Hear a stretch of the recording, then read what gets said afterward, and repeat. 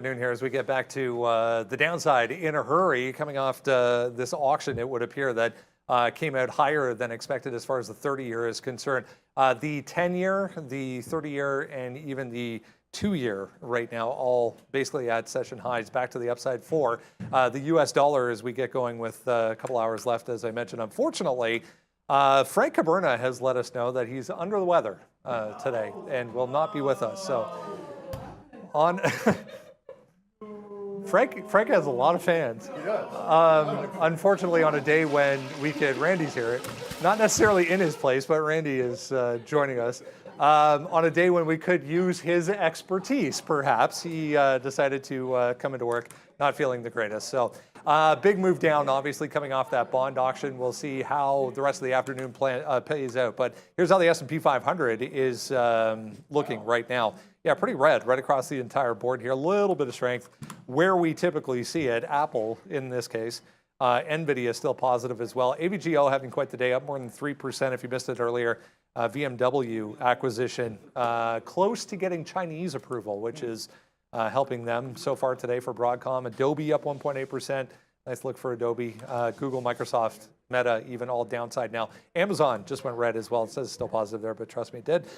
Tesla down 1.4%. Everything else, as you can see, including some of the retail names under pressure here. Home Depot, ouch, down 2%. Lowe's even worse than that. 2.7% for Lowe's as we head towards earnings season. Remember that coming up on Friday morning. We'll get big banks kicking things off with Q3 earnings. That is the US 30-year. So if you rewind the clock back to 1 o'clock when we got that auction that went off again, higher than expected. So all that means is the price had to go up before people would actually buy it. And we're talking about 30-year debt, obviously, for the U.S. So when the price goes up before people will step in to actually buy it, that sends yields higher along with it. So huge move up on the 30-year, adding to this narrative of maybe yields going higher, the longer term yields anyways going higher will help out the inflation fight anyways. Coming off that CPI data this morning, that was largely in line with expectations. But if you go back to the chart, here's 1 o'clock for the Qs. As soon as that happened, straight southbound. S&P obviously looks very similar along with all of the individual charts. Delta is still hanging on to a little bit of a gain here. All these little ones, they don't care what yields are doing. They're just going to go anyways. So let's get back into a few things we were discussing. If you're with us in the pre-market this morning, it was about big tech as we got that CPI data this morning. We were talking about this giant tax bill that the IRS came and slapped on Microsoft's door for the tune of $28 billion. Surprisingly, actually holding up a little bit better than the rest here, just 0.8 for Microsoft, when the rest of big tech, as we saw on that board, a little bit worse off. Oil also at day lows right now as we head towards the pit session close over in Chicago. Wow, guys, I missed a lot. A few things happened in there. The NASDAQ was cruising to the upside and quadunk. And there's people in the chat are like, what the heck happened? So the reality is these 1 o'clock bond auctions, like this happens, like, it's not like it doesn't happen often. It's just not often that you get this kind of reaction to it. So it could be, there's a lot of, you can just try to make up reasons for it. Maybe it was lighter volume into the move to the upside and not a lot supporting it, but does it really matter? The NASDAQ, which was sort of churning, looking like it was stair-stepping up into breaking some highs, completely reversed. And now we are staring in the face of yesterday's support levels. Sorry, the last couple of days support levels, which are 15.25 on the NASDAQ. If you're sliding over on the ES, 43.5, 43.60, we'll just call it 43.5. That is squarely in favor of the move to the downside. So it is what it is. I had longs going into it. Won't lie, everything was kind of looking pretty good, and they're all gone now. I don't have any longs left. I got one short in, and what can you do? You just have to play the price action. We are in an environment where people care, like we care about what treasury yields are. It is going to drive movement, and you just have to be able to get out of your long positions. If you reverse, great. If you don't, at least you save yourself a few quid. I don't know why I said quid.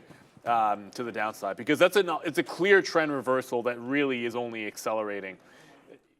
I won't lie, I wasn't like, it was just like, Abdullah was like, did you catch any of that sell-off? I was actually talking to the floor manager over a new class that's coming in, and then I was talking to some traders. When I sat back at my desk, it had already happened. And thankfully, it stops it all my long, so you're not really worried about it. But you know, I didn't get anything on the actual like gigantic move. Like I'm staring at the face of Microsoft here. Like look at Microsoft breaking like that 332. I'm kind of looking at this 330, like maybe that's an entry. I'm in Rivian because I like the 19.5 area anyways, but it is what it is. 1 o'clock, sometimes it matters. Today is one of those days. You just got to be able to live with it. Well, we're supposed to have Microsoft. Yeah,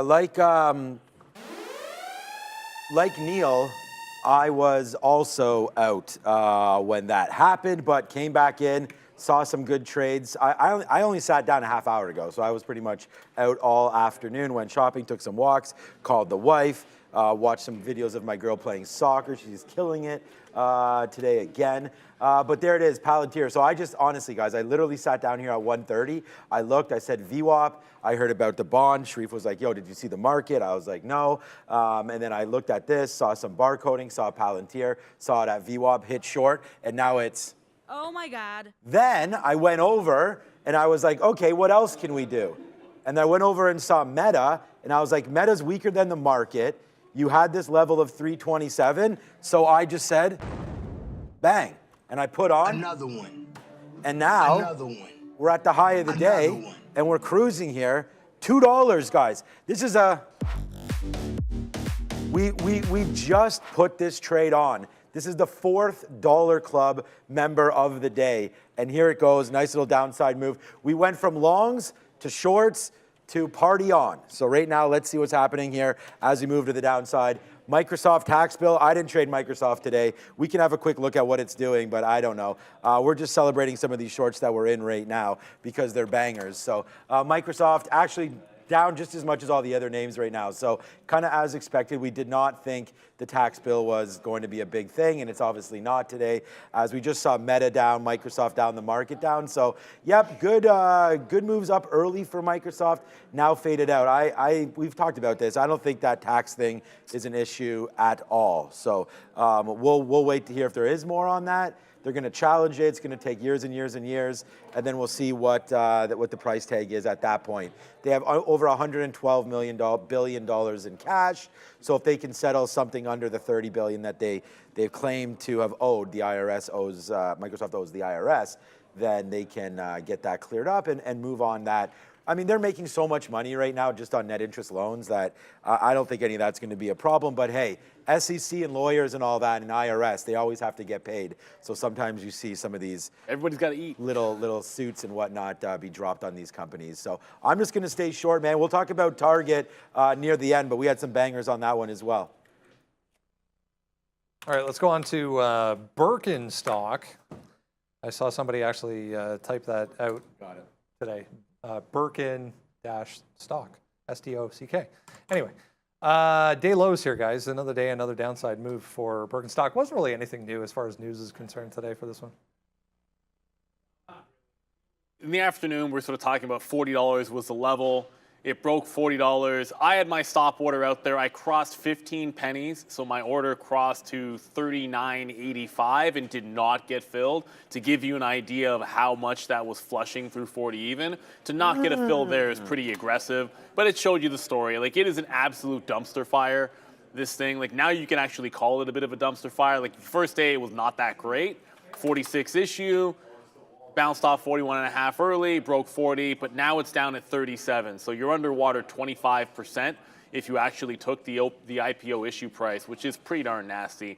Not a great look. The underwriters aren't happy with this, but the volatility, the volume is probably going to start dying down. I think your real shot was to short off the $40 level. It's not really liquid enough for any afternoon trades, at least nothing that I'm interested in.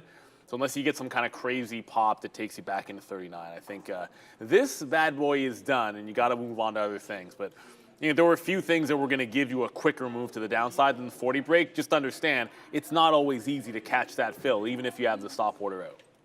Guys, look at this, man. Here it comes crashing in right now is Palantir making that move back in. As you can see, it's heading down to hopefully the day's bottom here of 1760. Short off the VWAP, pretty easy. Berkshire, pass. I don't have anything to do with that today. I don't. It's actually funny because I forgot to look at like our TJ Maxx there to see if which is winners, to see if they had Berkshires, but they maybe do not. I do not know. But there it is, down 6%. And of course, Birkin stock is going to just continue to probably bleed down. The reason why we saw ON, by the way, guys, Meta right now, like, honestly, I don't know. We talked about it, real trading, so on and so forth. Here's another one. It's $3 in the money right now as the market is absolutely collapsing. I think you got to do the right thing here and play with the momentum. I do not think I'll be going anywhere near longs today, so it is nice to see that Birkenstock did make the move to the downside. I did not pay for shorts. I think they were probably still on pay for shorts today. They were very cheap. They were very cheap. Yeah, they're always very cheap around here. So there it goes, man. Nice move to the downside. We're cashing in right now. More Palantir. Bye-bye, Meta. This is what we're doing. Kevin Mendoza, Dollar Club. No, this was a Dollar Club a minute ago. Now we're in the $3 club right now with Meta, and I think it just continues to break lower, man. NASDAQ down 1%. This is the day that we were waiting for all week. We thought that this was going to hit earlier on in the week. The market was very, very resilient. Not now. So there goes the market. And like I said, I was not here for the 1 o'clock bond. Otherwise, maybe it would have been a little bit of a different story. We could have been short at better prices. For Google, we were long right there, and that's where we really ripped Google. Google is, no, the number one name here, P&L-wise, is going to be AMD. But Google, we were long, and then there was the drop. That would have been a great short, 140, but there was the drop off on that, and now you're seeing all the way to the downside. We did test a little bit of a long when we came back, as we said, at 130. That was working for a minute until it wasn't, but we are really putting damage on this market right now as we just continue to go down. We said Palantir, let's check out the bottoms here, so we'll see if 60 comes into play. Let's put some more bids and just start to, level this thing out. What a good move here. If you're short, you may want to try to cover. All right, we kicked out Randy and brought in Sharif. Randy's upset about Ford today. Ford downside in a big way. If you missed it this morning, at 8,700 UAW workers walking off the job at what Randy and I were just talking about, their big moneymaker plant, which makes the big trucks, F-250s, F-450s, the big daddy trucks, where, again, their profit margins are actually the highest.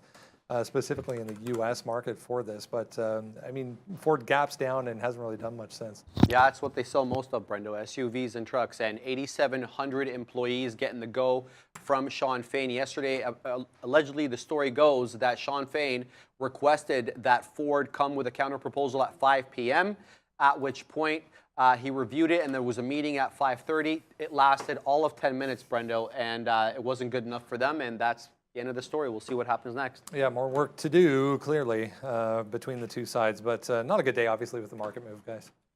No, it's 2.5% to the downside. Like, if I had stuck with the 12 short, like, that'd be blind luck that you got that bond number. Early on, it made a pop into 12. We had it short. It only got into the 80s and then came back up, and we just took it out. I mean, if you just sat in the short, I mean, look, if you sat in any short, whether it was working or not, at 1 o'clock, you just would have been rewarded for doing so. But unfortunately, it is what it is. That's not the one I wanted. I wanted to be in the afternoon because I felt as if, like, Rivian was setting up a little bit better.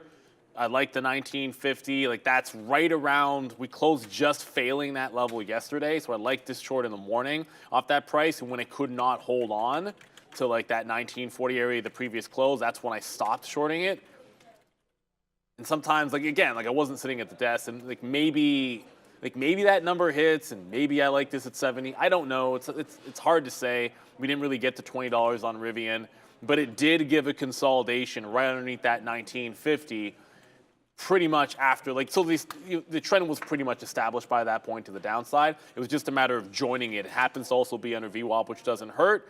The volume bottom was right around 1890 with a wick to 1875. I think we could get that today. If this market does continue down, we're 1%.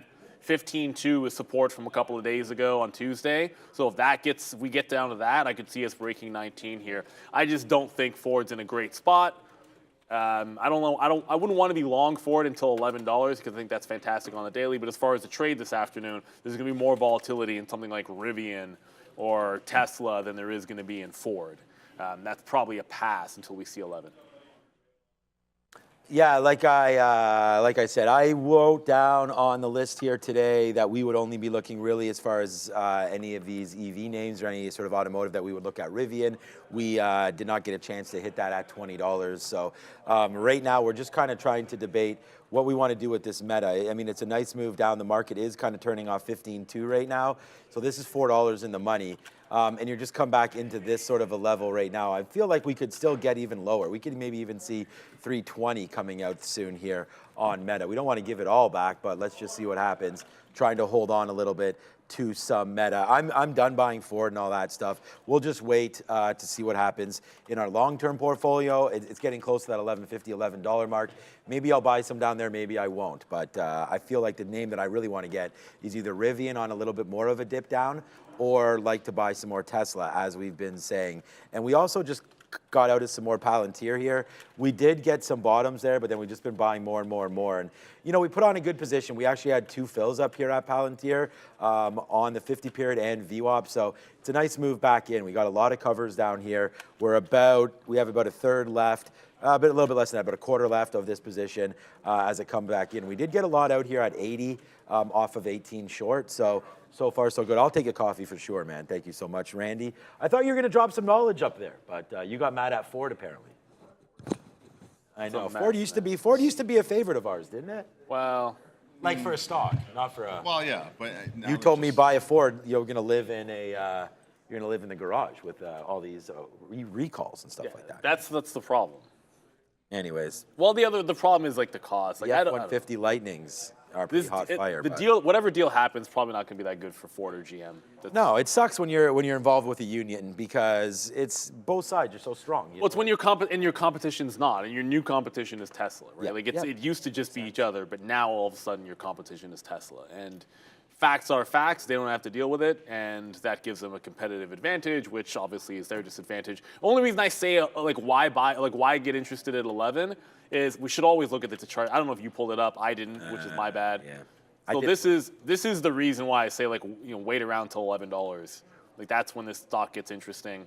It just seems to bounce off this level. So if it sees 11 again, one way or another, that's an interesting decision point. Like maybe bounces off that price, we get down there. If it ever breaks 11, oh goodness, like the day that this can't hang on to this level could get really nasty. It's been holding this for a year and a half or something like that. So nasty, nasty, nasty, Ford. All right, so getting closer to getting, you see this? See, whoopsies, right here. See, getting closer. There's Gunjan liking 2 of my posts. You see that, Sharif? That's for you, my guy, right there. So we're reeling it in right now. So hopefully going to be getting Gunjan Banerjee here. She works for the retail side, retail reporter for the Wall Street Journal. So we'll talk to her hopefully coming up very, very soon as well. But let's go. Delta, a trade? You tell me, guys. Yeah, let's talk about these airlines because day low is coming into play right now. If you missed it this morning, Delta actually with a good report. Pointed to higher demand to come even before the end of the year. It was what was it, record profit for Q3. They did cut their full year earnings forecast. So as soon as the calls started this morning at 10 o'clock, I think it was, straight downside for this thing, and it's been no looking back since. No, it's been interesting for them to see exactly where they're making their money. They're basically saying that transatlantic demand continues to remain high. In addition to that, they're talking a lot about first class and business class. I gave a little bit of a tidbit this morning. $5 and some odd billion in revenue on the quarter came from business class alone. Compare that to economy, where about $6 some odd billion. You wouldn't think that the two would be that equatable, Brendo, given the distribution and the size of the airplane and how much goes to business and first class, but that's where they're making their money. Remember the rumblings that we were hearing during COVID suggesting that business travel is a thing of the past and no one's ever going to business travel anymore? Not the case. Well, man, you wouldn't be surprised at that breakdown and where they're making their money if you've ever should I upgrade for this flight? And then you check the prices and now I'm gonna sleep on this flight anyways. You ain't getting me to pay that nonsense. But look, that's not a surprise. I don't think it's a huge surprise. Admittedly, I like the 38 for a short, so it never got there. It is what it is, and you can see this. It's just following the market at this point. It is not good. You're down 3%. I suppose you're on support. that I was asked in the chat, like Super SPAC Man's like, hey, there were some levels you like for the dip buy this morning. It's a little bit different here, right? Like it's one thing when you get that whipsaw action at 9:30 and you like its support level for the dip buy. There's no trend established. You're just looking for that nice entry point where you can actually get a part of the trend and catch some of those lows, or if you're shorting, catch some of those highs. When something like this happens, I think you want a little bit more than, ooh, I like this number when I sat down this morning, and now that a million things have changed, let me just buy it anyway. So suffice to say, I don't like the dip buy at 35 on Delta right now. I think a lot has changed from when the time the call ended to now. So get away from it. I did say this morning that I liked Boeing for a short. It never quite set up. But then, like everything else, if you just shorted it even lower than where you liked it, you would have worked out anyways. But yeah, it doesn't really matter what you look at today. They're all to the downside. But Delta ended up not being a trade. It could have been. It was really close to the level that would have been interesting for me. As I can't do the afternoon coffee. You can't. No. You can't change those, by the way. No. I already today. changed them. I already Not changed today. them. They were bulls. You can change them. I'll let you change it if you want to. Only mine. Because Neil's saying no to his. No, usually you give it some No, time. because I want to see what Randy does. I want it to happen at the bottom. I'm waiting to change Where's the bottom, though? The bottom might be here. The bottom might be in. Maybe We're it's at 15.2 right now. It could be. What are you doing? What? Okay. Oh, he means he's showing the bottoms of the animals. That's just childish, Randy. What kind of Furby is this guy over here? What do we? Delta, whatever. Okay, we can talk about AAL quickly because shout out to JB in the chat there. He wanted to talk a little bit about AAL and American Airlines. Like, Neil, have you even seen this daily chart for American Airlines? Like, I only pulled up Delta. Boeing wants to make you throw up, but this makes me feel better that I don't. That I feel own better Boeing, not about Boeing. Like, I guess a little bit. AAL is, look at this. You guys want to pick up some value right now? If you think that AAL has a chance to do something, AAL is all the way back. And I mean, this is actually what happens. We got to get to Target because I have a banger on right now. This is pretty bad right now. You're all the way back to last October. Here. I don't know enough about the airlines. I've never really invested in them. The thing for me is always this Jets ETF that I talk about quite often. This has all of the names in it, layered, the top, if I can get it to load. And look at this. It's the exact same thing. So you do not need to pick a winner out of this group if you do think that there is going to be a bounce here in travel, which again, with maybe a settling a little bit in the Middle East, pray for that, I guess, obviously. But, oil prices, the way they're going right now, maybe they're coming back in. So you could get a little bit of a reprieve here on the airline industry. But wow, this has been getting absolutely kicked right now, this ETF. So pretty big trouble ahead, I guess. Delta didn't necessarily give anybody an all clear today. So let's wait to see where we go on this one. It's all about Target right now, man. We're now 50 cents in the money. Let's go over and find out what's up with Target. Yeah, it was a nice upgrade anyways to start things off this morning from Bank of America on Target. We were mentioning still obviously ways out from their earnings to come halfway through November, but this is on top of what happened going back to a couple days ago. We've been higher ever since. Back to 110 here though with the move down on the market. Don't forget Circle Week, Brendo. Circle Week is their Amazon Prime, which is October 1st to 7th. Obviously a little on the nose, Circle because of the Target. But yeah, we're going to find out how well they did during when they report in November. But the other look is apparently costs for them are coming down. Transportation costs are down. Margins with respect to goods are increasing. So we'll have to wait and see. November, keep your eye out for margin, for earnings. Yeah, back to, it's 1% still on the day, but back to key levels from yesterday coming into play here for Target. Again, it was Bank of America coming through with that. Two things. One is we have a really interesting guest coming up at 3:15 this afternoon. It's a company that focuses on inverters that essentially take the power from a battery in an electric vehicle and transfer it to the motor. So really, really interesting technology that they've developed that, according to the company anyways, we'll get it right from the CEO, but will save a manufacturer up to $2,200 per unit, Sharif, on these inverters. So anyways, that's coming up at 3:15-ish this afternoon. The rundown is always brought to you by our friends over at Trade Ideas. If you haven't done so yet, go check out Trade Ideas, guys. Trader TV 20 will get you 20% off. They have this great web version that you can use with or without an account. You get delayed data without an account, obviously, but you get charts, you get news, you get everything you need to know about an individual stock. Go check out Trader TV 20, guys. All right. So I want to say I think that circle thing, like if you're gonna brand something, it should, like Amazon, but like Prime Day, like that sounds cool. Circle sounds dumb. I don't know. That's all I'm gonna say. Yeah, Neil. No, but I didn't trade it today. I was just like, oh well, that's all I'm gonna contribute. I think it's ridiculous. AMC's at 11. Go ahead. Yeah, we talked about wanting to trade Target today. It was one of the #1 ideas that we had going on today, and this is what happens again. And like I talked about locking my keyboard. I'm going to have to go through today after the recap show and find out how many trades I actually put on at the beginning of the day as opposed to what I'm doing now and what the profitability is, because what we have on now are bangers and what we had on earlier was not. There goes Target right down to the downside. You guys all saw me trade this live. We kept on buying it. It's 942 and I already have like 6 fills long. That is crack prices right there. You should not be doing that kind of trading early on, especially when there's a play on a name. It's not like it's just going down to a level. We don't know where this name was going to go today. Was up 3 or 4% on that upgrade. I did really like it, but look at this. I'm going to go to Brendo in a second. We did buy some of these dips up there. That's a good dip buy at 109.60. Look at that out. 110.87. Oh, we just wow. bought again off 109.50. What's up, Brendo? LL Flooring just responding to that earlier buyout offer. Remember, it was just an offer.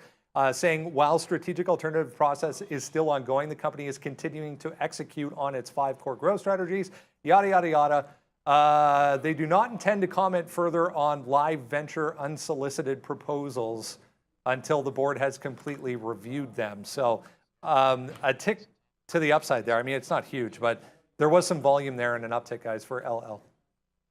Okay, I got a little bit excited. Said knock you out. The second it was like you're talking LL news, my first thought was, oh my goodness, is the board accepting this offer? Because it was this is trading at 420 and the offer was like above, was like 565 or 585. You know what? I'll ask Brendan to confirm it because I read something that said 85 and then I've seen 2 people say 65 today. It doesn't matter because it's just an offer at this point, but maybe it's worth a shot bouncing off VWAP in 420 here. So if it goes, let's go sideways a little bit or maybe even just take out the top. Again, with no firm deal, right? Like without a firm deal or acceptance by the offer, by the board, like that 565, like it doesn't mean a whole lot yet. So you're not going long in the stock thinking, oh my goodness, the company's going to get bought for 565. That's free money. That's really not how it works at this point. It's absolutely not that whatsoever. Now, if you're long ATVI and the deal closes next week, you just get $95. That is a firm offer. That is a deal that has potential to close soon. Very different from this situation. For right now, it's just a runner. I like this 420 area. Maybe give it into VWAP, and then hey, who knows? Like maybe they say something like, hey, that's a good offer, and then this goes to $5. You never know. Yo, Sharif, before you leave, man, make sure you post those videos for your girl Renata, man. She wanted to check out those hamstring. They're already on. Okay, so shout out right there. Which is important because when you want to learn good form in your workouts, which I'm sure that's exactly why Renata wants, because that's why anybody would want to look at that. Yeah. Nobody goes onto Instagram to watch workout videos unless they're trying to perfect their form. Everyone's just trying to get better like traders do every single day, right? Right. Okay, so in order for me to get better, I think we just need to use more share sizes. We've been hitting levels like crazy right here today. Look, I mean, Target, I'm sitting here trying to get something out at 20. Hopefully that will come through right now. That's been a big little level, and it seems like it wants to resist it one more time. So we did bottom pick here on Target. We just did talk about that, and now we're going to wait to see where it goes. Hopefully, continuation upside. Okay, there we go. We just got to fill. Okay, there it is. Yes, sir. Spin it one more time.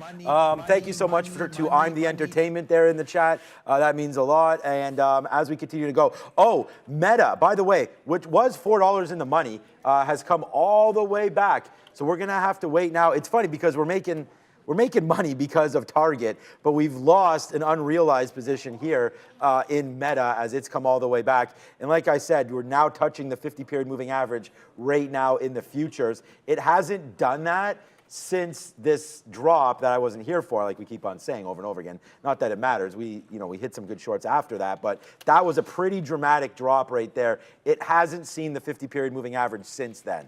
Right, there's a lot of traders that are now using the 50-period moving average. We've introduced that right there, and there it is on the 1-minute chart. So we're gonna wait to see if it does pull back or not. I use it for a trend-changing idea. And again, we talked about Palantir, all the outs that we had down here. We even punched some more out as we went back to 70. So we're getting lighter and lighter on all of these trades, but at the same time, trying to hold on and actually trying to get a little bit more short. I haven't even really gone over that bond auction and why it did that, because I've been sitting here for 21 years and I haven't really seen a move dramatic like that off of anything. I mean, it's probably happened before, but never like that was the main reason. So I don't know. Obviously, that is what sparked it, but still a nice move down. And there you go. You're starting to take out the 50-period right now, just because Meta is probably the name that most are interested in right now. The out is going to be there breaking through 327. So if this does go back up to the upside, we're going to watch out for that. I do have a bid down here at 324.25.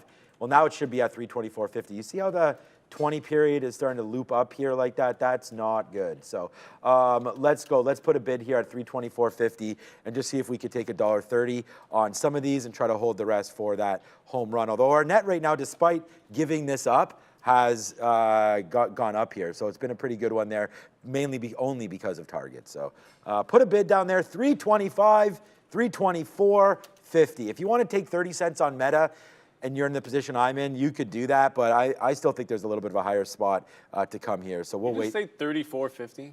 34.50 for you, Neil.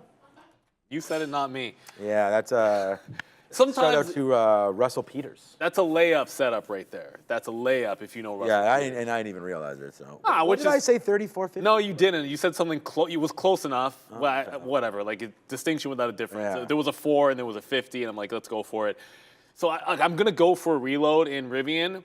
Obviously, you're getting a bit of a bounce off that 15.2 in the NASDAQ, but you don't see this very often where you had that dramatic of a move down. So like the short there before in this area, just going to reload. It hasn't really gotten to the low. I still need to have that bid out there. I mean, that's pretty extreme if it gets to the bottom, but I'm just going to leave it. If we get down to the quarters, let's go for that. I actually thought I was very close to just close eyes, punch long at 11 on an AMC. And then I remembered taking breaks at the highs on these squeeze stocks has not been something that has worked recently. If you just did it, it wasn't bad. Like, it's not like you lost, but it went to 11.08. So maybe you scalped out for 5 cents. That would have worked if you did it. Not really what I'm looking for AMC. Now that it's pulling back, if it can't hang on to 11, first things first, I'd look for something in front of a 1085. You know what, Dara was long this stock. I'm kind of curious where she got out. I'm pretty sure it was at 1085. Maybe it wasn't. I have no idea. But AMC up 5.5%. What's crazy about this, obviously the catalyst here is the Taylor Swift thing. Just to get an idea of how big that is, I was trying to find out if I'm starting Kelsey tonight in my pool. So I hopped on X just to, okay, what's going on with Travis Kelsey? And all I saw was that playing. No, I just saw that she's attending tonight. I'm like, oh, that means he's probably playing, so I can keep him in the lineup. Yep. And that assumption was correct. And 8 out of every 10 things, I couldn't even find information in my feed about him playing or not, because everything was about the fact that Taylor Swift is going. Yep. Go Chiefs. I don't really care who wins, but I'm starting 2 guys in fantasy. But AMC, I'd rather buy the dip. You should want Denver because KC and Buffalo. Oh, okay. In case there's like home field issues. No, you're right. I should care. I should want KC to lose, and also because we didn't take them in the suicide. Right. That's the best if part. you're not watching, Sean and I care every single week about football, specifically because we're in this Wall Street league for 15, 20 years, and obviously we've never won, but we're doing pretty good this year. Yeah. There's like 20% of the pool is left out of thousands, and we still have half of our entries. Yeah, so we're ahead of the curse. We want lost KC. them all on Dallas. Where the hell is Sharif? Oh, yeah, he's gone. Dallas Cowboys. Why the hell did we put it on? Why would you even say that? Now I'm just mad at Dallas even more. This is why I hate Dallas. I'm in this LL, by the way. It's starting to dip back in. It just bounced off 4, so thankfully that's where the stop is. Bank error in our favor. But it is coming back into the downside. Remember, this is all speculation. There is an offer to buy the company at $5.60. I don't want anyone thinking this is an automatic. It's going to go to $5. I just want to be spec. It holds $4. Maybe it can get back to the high. If it can start to hold VWAP, maybe there's a consolidation bid at that price. But again, there is no firm deal here. Unfortunately, taking care of business. Oh, you're just mocking us over picking Dallas. Fair enough. Man, I'm thinking you're talking about stocks here. We can. That's fine. We should never have taken Dallas. I can admit that. We could have gone Chiefs that week. No, we should have taken Dallas. I mean, there's nothing. What are we going to do? You put. That's what the whole point of the survivor pool is. Like you take the teams that are supposed to win, and if they lose, they lose. That's you can't really do. I anything. hate Dallas. Yeah, I know, and that's we should have put our hatred first, I guess, in all of that. Okay, let's go. I don't. Things are kind of starting to, it's funny because ever since Randy came here, remember, I was like, nah, man, that might be the bottom. That might exactly be the bottom. When he came, it was right here. You can rewind it. I bet you it was 120 or 220. Rewind it, see when Randy was here, and there it is right there. So he turned the Bears upside down, and yeah, now they're feeling a little bit of ways as the market continues to go upside. We're 70 cents in the money on this target position that, again, we took in front of everybody. And then, unfortunately, the one other position that we took in front of everybody is right now going a little bit against us right now. We've talked about Palantir and how much we've liked that one. So that's all good, baby. All right, so that LL is doing it and doing it and doing it well. That's a great song. Represent Queen. She was raised out in Brook, baby. So, That's a bit of a baby-making hit there. I love that song. That's LL was slapping back then, man. I don't know what he's doing now. Dancing with the Stars or something? I always see... man, he's probably just sitting there collecting residual checks somewhere and then doing his thing. That guy turned Disney real quick. It's all funny, like when you need to be so hardcore, it's no problem. Like I'm the biggest gangster, and then when Mickey Mouse Club comes calling, you're signing up for that as well. Hey, go where the money is. Yeah. Shout out to Disney. I'm here for you too. If you want to take this. There are some exceptions to that. Streaming here, but most people don't. Actually, I was talking this about. Rob. One of the biggest things is completely off topic. One of the reasons I love The Boys, which is a show on Amazon, and this new thing they have. Film it right here. They film it here. They film it here in Toronto. It's because the reactions, like people are real. Like you give a bunch of random people superpowers, they don't turn into nice heroes. Like there's all of the shit that happens when you get a big head because now you can like rule the world. Like all that crap happens. That's what's cool about it because it's not just, hey man, look at this, everyone's all noble. Like that's not how it would play out if you give a bunch of people powers. It's gonna be some really bad people, some really good people and everything in between. But it's like that. Like some people sell out. You can call it that if you want to, but I just call it taking the opportunities in front of you, man. I'm not hating on Ice-T because he's on what's he on again? Law and Order SVU. Yeah, man, do your thing. Like that guy earned his stripes. Speaking of earning stripes, well, and he's got Coco. The short was good. Let's not go down that road. He's doing okay for himself. Oh yeah, of course. He's happy. I'm not happy about life, baby. I'm now out of Rivian, so I got back into this, and I think just too early. Like this is a pretty decent bounce. Like let it fail VWAP. Like here. If it's going to fail, I got in before. I should let it fail at that price and then try to jump back in, which I always tell myself, you get in too early on some of these things. Side note, the other thing that just bounced, but is not bouncing that much, Microsoft. We talked about Microsoft and didn't really trade it this morning. But that 330 level, I have a wick down here too, so that's not really going to help. This 330 level, we didn't quite get there. You're well underneath VWAP, so obviously a heck of a lot weaker than what I was just looking at, which is Rivian, getting all the way back to VWAP. So shorting the pops into 330 feels a little bit safer on a weaker name, like a Microsoft here. So I'm in LL, we'll hang on to that one, but I am looking to not give up the notion of the short. Not yet. I want to give it that chance. AMC, I want to let it dip a little bit further before I try that to the long side.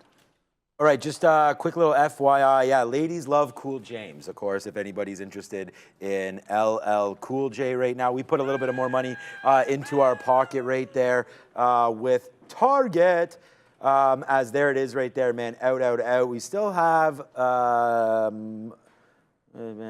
third of the position. We had an odd out here somewhere. Third of the position left on that one.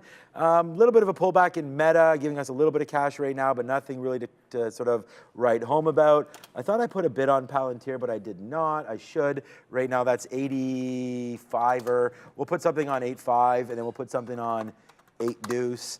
right there. So we'll go 85 and 82. The reason why 82 is the 50-period moving average. So sometimes you want to get out just a little bit ahead of that, just in case it does wind up holding and we don't get the fill. That's happened to us many, many times. Shout out to Phil. How are you, my guy? I'll see you tomorrow at Pink the Rink. But right there, 1785. Hopefully we get a piece out right there right now. And then Meta, just a quick little look.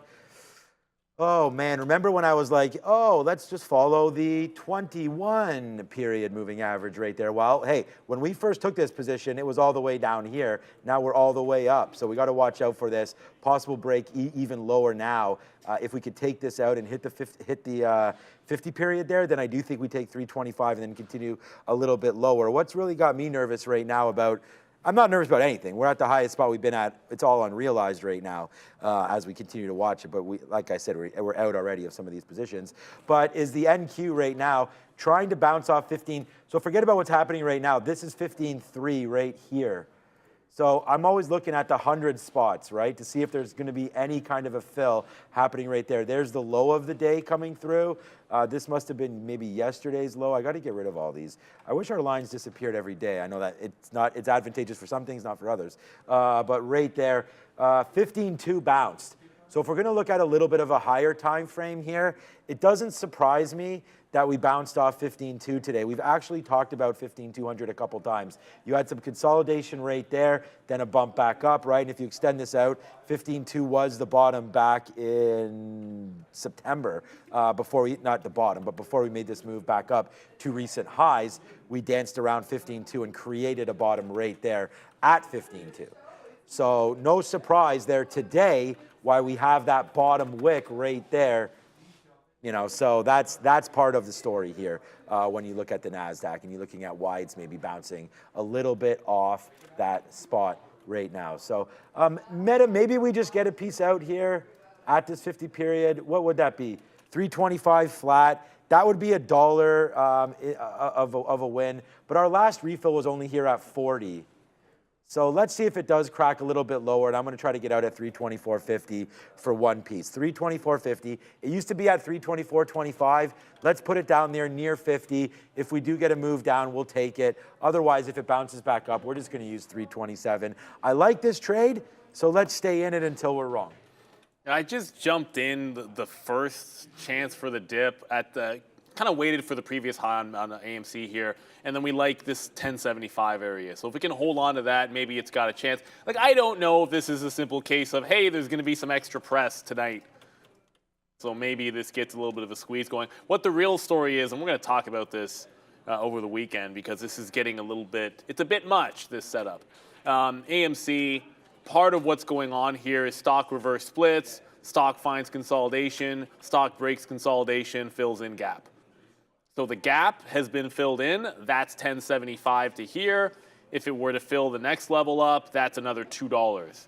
So coincidentally enough, when it pulls back, there was consolidation at 75 multiple times today. That's why I like to dip back into 1075. It's a level on the higher time frame.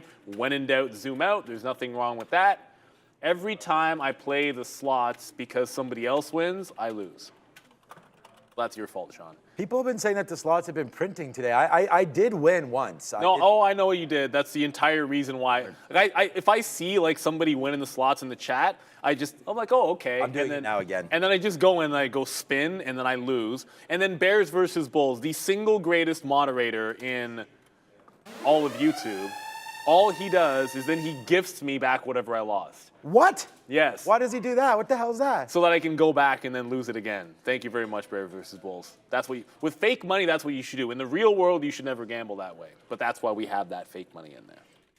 Yeah, that's how we definitely not. He doesn't gift it. Every time I lose, I get a gift from Bears versus Bulls for the amount that I lose. Like, watch, I'm going to do spin. Don't do it, 50. Bears versus Bulls.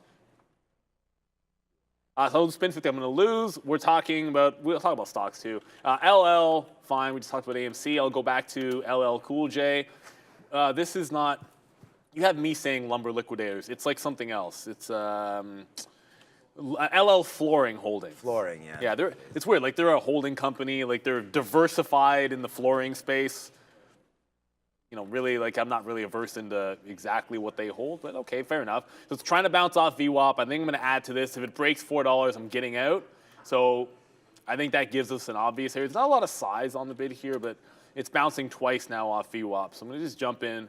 I'm out if it breaks that 5 even area. I think that's pretty simple as far as the plan goes. I like a simple plan. I mean, you know what Streamlabs should do? What's that? It should tell you like what your daily You don't want damages or losses on slots. Because like, if I'm just betting 20 every single time, and you win 1 out of 10 times, you're not up. Hey, what the hell? I won and I only won 100 points? Well, you got to, Neil, I don't know if you've ever been to a casino before, but different. Well, I don't know what they mean. That's the problem. You want rocket. Okay, so if this is the problem. That's the worst. You have to be, by the way, you have to be a subscriber to be in the chat to be able to do this. But I got this one, which is I bet 50, so I only got 2 to 1. It doesn't really matter. It's just a little bit of fun. Usually more fun when the market's slow, but obviously I won the worst one. Wow, Mr. Pringle's spinning 500 over there. I know, you're not messing around. He lost. I still remember when Renata took my 500 on a duel. That's wild. That's the biggest duel I've seen. Yeah, that was a big one. I lost on that. But as now that I found out that Bears vs. Bulls can just gift us whatever the hell we want, I'll be gambling. Because he has the most points, because you get points by the amount of time you view, and he runs Streamlabs. He can do whatever he wants. It's more that he runs the Streamlabs. No, he probably has the highest points anyways. I don't know. I have Michael Lloyd just has 4,000 points. We can actually look that up, what's going on right now. I forget how to. Oh, who just entered there as Trader TV Live?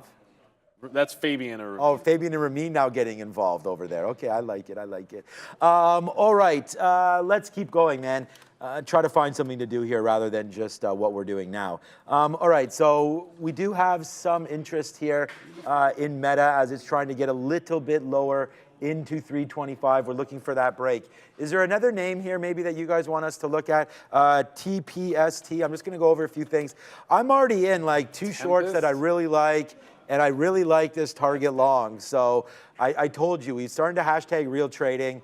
We're trying to put on a little bit more. Like for TPST, if I ever got into this, it would be like 50 shares, 100 shares. Like not now, it seems much more calmed down. I didn't even look at this, but like the way it was moving yesterday seems to be a lot calmer right now. That's not going to give, that much movement here. I mean, if it does, that's great. Maybe watch out for 480. We talked about this yesterday, obviously on the show, that watch out for this kind of event to come back down. So Brenda with the goods. Choice Company just announcing a partnership with Amaya Pet Health to develop pet supplements, essentially, which, side note, I read something today that suggested that is going to be a $6 billion market cap by 2030. So BTTR, big pop there again, teaming up with Amaya. You know what's interesting? I knew this symbol. I never knew what space they were in. It's a penny stock. It doesn't always matter. Where do we get into? It really doesn't. Like for a lot of these, it's going to be about catalyst. It's going to be about tape acceleration, all that kind of stuff. Is my daily chart just not liking me, or maybe this did actually only trade since June? But you can see 31 double top already on the daily. So when it bounces and almost doubles up and goes to 31, that's why. This is not very liquid, by the way. So this is still on CCL, don't know why, but BTTR, if you're looking at this is not the liquidity you would expect on a 30-cent stock. Like, look at the amount. Like, the liquidity on this is about the same as if it's Tupperware is 250. And that's the level of liquidity that it has on sometimes. So not really a lot on the bid ask. It's starting to pick up a little bit now that it's through. Yeah, look at it fly. The spread was just 3 cents on this for a second. That's almost 10%. Hey-o. Yeah, okay. This needs to calm itself down. Spread needs to tighten up. Like, that's wild. Like, on a penny stock, you want the spread to be non-existent so you can trade it like it's a normal stock. Now it could go into it hit a halt band at 42. Did not halt and pull back to 35. That's 20% on a little bit of a dip. So you're basically trading this thing. You have to trade it like it's Tempest, or not Tempest, TPST. It is Tempest. It is Tempest Therapeutic. I got it right. So yeah, you have to trade it like a Tempest. If it's going to be swinging around 10, 20% at a time, don't think about it for like small scalp trades. If you're trading this, you're looking for the bigger move. Which it looks like you're trying to get here. Maybe the 50-cent break. I want it to calm down a little bit before we get into it.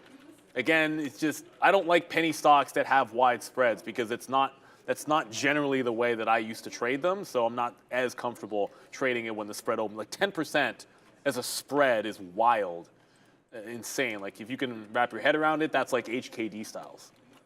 Yes, it is. Okay, so right now we are starting to move, man. We're now $1. Well, almost. We're 80 cents in the money right now on target. The dollar was from our stop out level. Like, okay, so we can start talking a little bit here about like why we take trades and what the risk to reward is. Like right here, my stop, like I'm long at 109.63. My stop is at 109.48, right? So that's 13 cents worth of risk against that bottom. You know, so first take on 13 cents worth of risk. First take right there is, what am I long at again? I just did the math again, 63s. So again, 37 cents first take there. So that's 3 to 1. Then we go upside, then we go upside again. And at this point, we're no longer using risk to reward ratios or anything like that, right? So now we're just going to try to get it out if we come up to VWAP. We've already did exactly what we thought we would get. Not what we thought we would get, but what the plan of action was. That was get something out in front of 110. We'll always do that. Get something out in front of the 200 period, which is right here. And now we'll wait to see if we get the second part. Oh, my shoe's undone. The second part here in a target for a VWAP retracement play back up. So, I mean, again, it just goes back to saying, and I even wrote it down here on the sticky note with target. I said, be patient, wait for some levels to develop. Why have 6 fills in the first 3 minutes? That's not called being patient. But look what happened down here. This is when the damage really started to get put on, right? We don't have any losses after 950 on this name. Take out, take average in, like none of these are stop outs. Boom to the upside, boom to the upside again. So, you know, it's like target's going to be the worst name here today. But again, you know, we learn our lessons every single day and we study and we get a lot better. So we're having one of our better days now today in October due to some of these plays. I see Randy there in the background. Randy, it's almost go home time. Did you see the Leafs last night? That was huge, man. And I was at practice with my daughter till 8 o'clock. And you know what made me feel real cool? She goes, Dad, let's go. We got to get home to see the Leafs. So, like, if that's not a big dub, then I don't know what is right there. And she also is like, oh, there's baseball playoffs on. And she looks at that, too. So, really proud of her and everything. Who are you guys backing then? In the baseball? Yeah. Nobody, really. Yeah, we're just watching it. I was disappointed the Dodgers lost. They got swept, didn't they? Kershaw might retire. Well, that would be good, though. He's had quite the... Didn't he just have surgery? Yeah, he's had injury issues. One of the best of all time. I think he's one of the best of all time, to be sure. say. I don't mind Arizona. There's a guy in my fantasy league who's from Arizona, so... I kind of like the AL to win. Why not? So who do we got left in the AL then? We got Rangers. I like the Rangers, actually. Ever since they knocked out Batista and the Blue Jays. Well, out of principle, they didn't knock us out. If the team punches and celebrates like our star player getting knocked out, then I can't support that team. So I can't. No, but I like Texas though. I like the area. I like the people. I love Texas. I love Dallas. So who else is in there? There's still Texas. Who's in there for the AL still? Baltimore's out. Texas and it was Seattle. blah blah blah. Houston, Astros, and Texas. That's it. And Minnesota and Minnesota's out. Oh, they're out. No, yeah, it's Houston, Texas. Yeah, okay, so that's it. I don't like. Look, the Astros. The state of Texas is owning baseball. The Astros. I don't want. I'm not going to go there. It's Texas probably in the house. It's far enough away from the cheating scandal to not worry about it. Plus, a lot of teams were cheating. Better BTTR's halted to the upside. A penny stock that is halted every now and then. So it was way too wild. Better choice. And now 50 cents exactly is where it halted on a dime. Well, they got the deal. Did you know that? They got it announced as a partnership with AAPL Pet Health. Yeah, so I don't know where it could go to. Oh. But it's indicating exactly at 50 cents. Oh, my God. You know what it's doing? So, like, this is pretty intense. They're partnering with AAPL Pet Health to develop the GLP-1 for animals. So that's game over. Yeah, Armin doesn't know what GLP-1 is, so I'll tell everybody. Underlay, mommy. It's those weight loss drugs, man. Lilly. Yeah, it's Eli Lilly, it's Novo Nordisk, it's all of that. So they're trying to develop that for animals right now. So I think that's probably, I memean, if they could figure it out, how to sort of solve that genome and get that all figured out, I think that's good news, right? I mean, it's going to help obesity. It's going to help people hopefully live longer. And it's the story with Eli Lilly, and I sold some today. I only sold 15%. 10. Was that? Doesn't well, yeah. So the problem is, man, I look back. I only had 10 shares, so it's at $600. So it's $6,000, but I sold 1 share. Like, that's all that I sold. I was like, because I thought I had more. My entire reason for selling, so when I said this is the first time it got to 600, it got to a point where there's just no chance that in my mind I thought Eli Lilly was going to become like one of my top 3 or 4 individual holdings, and there's no way that made any sense. So looking to trim it had more to do with that than anything else. I'm happy for it, and maybe it goes higher, but I thought it was a little irresponsible. Like, I don't necessarily like it that much for 50 years as I do, something like Microsoft, but maybe it is better. I have no idea, but better is halted. It's at 50. I'm assuming it's just going to open up in 5 minutes, which I should not do, but it's a volatility halt. Yeah, it's a volatility halt. It's used 5 or 10 minutes. So it's 2:51 now. That's when it halted. So in 1 minute, it opens up. If it doesn't open in a minute, then guess what? It opens in 10. And if it doesn't open in 10, then we don't know when it's going to open, because sometimes the market makes up its own rules. Every now and then that actually does happen. I'm not making that up. But it should be in about a minute or so. There was a pop to the 11 level on AMC just there. It got to 97, then pulled right back. I got some out, but didn't reload. So I might just get on the 85 again, see if we can catch that. LL Cool J would be a lot cooler. Oh my Be a God. lot cooler if you broke out off VWAP. So it's bouncing off VWAP. It's not breaking out off VWAP just yet. FINRA made its own. Yeah, I know. PHE rhymes with AMC. FINRA made its own rules up with MMTLP. Look, it's very rare that like those halt bands, when it happens, you go to a volatility halt. 98% of the time, it's 5 or 10 minutes. It's very rare that it isn't that, and I'm sure maybe there's a rational explanation for it. Every now and then, I'm unclear as to why. Sometimes it does, sometimes it doesn't, but it should be just fine here. I want to get into something which is a little bit more big techie. Is that a word? It's not a word. That's not a word. We just got to 15.3 on the NASDAQ. And as we got to 15.3, so bounce in front of 15.2, get to 15.3, a couple of rejections of 330 on Microsoft, which is what we were waiting for. So we allow it to get into that 330 level, a couple of rejections of it. Now I likey. So I'm going to see if I can't get in underneath 330 here, give to the local high, which is, just above that quarter level. So softy, we'll see what happens. It's been a little bit weaker than the market. Not a lot, but most of the day it's been a little bit weaker. I don't care too much about that story. The tax bill story. Yeah, that threw me too. The better's on. Yeah, it just reopened. So just reopened. Yeah. But I'm into Microsoft. Wow, BTTR is like going absolutely nuts. Is it gonna rip? Like one of the biggest catalysts in the market is this, and now like you're talking pets. Pets? Oh. We talking pets? We talk. Did that really dip to 40 before it ripped? No, I it don't didn't. know. It It opened up. I doubt it. Oh yeah, maybe. I mean, look, there it is, 48. So this is gonna halt again. Wait a second. This is very What? illiquid. Did you say the halting rules were different on Amex? Is that what Brendan said or you said or something? Because that should have halted already right there. It just went from 58 to 48. I don't see. Here's the thing. Unless I don't know if they have it on, because you know what? When CEI was going absolutely ham, I don't remember it halting. I don't or at know if least there's it a having difference on Amex. I'm actually not sure.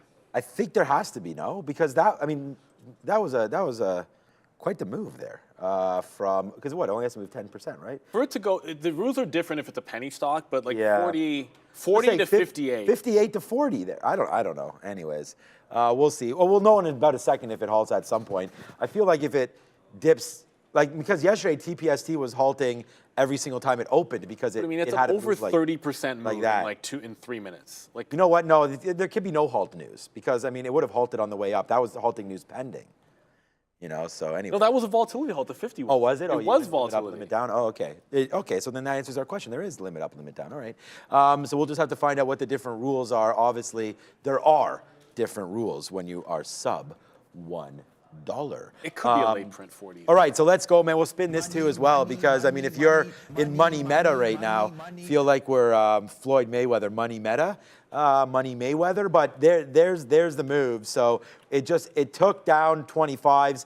It kind of stopped. I'm talking about 325. It stopped going. We were there. We sat there.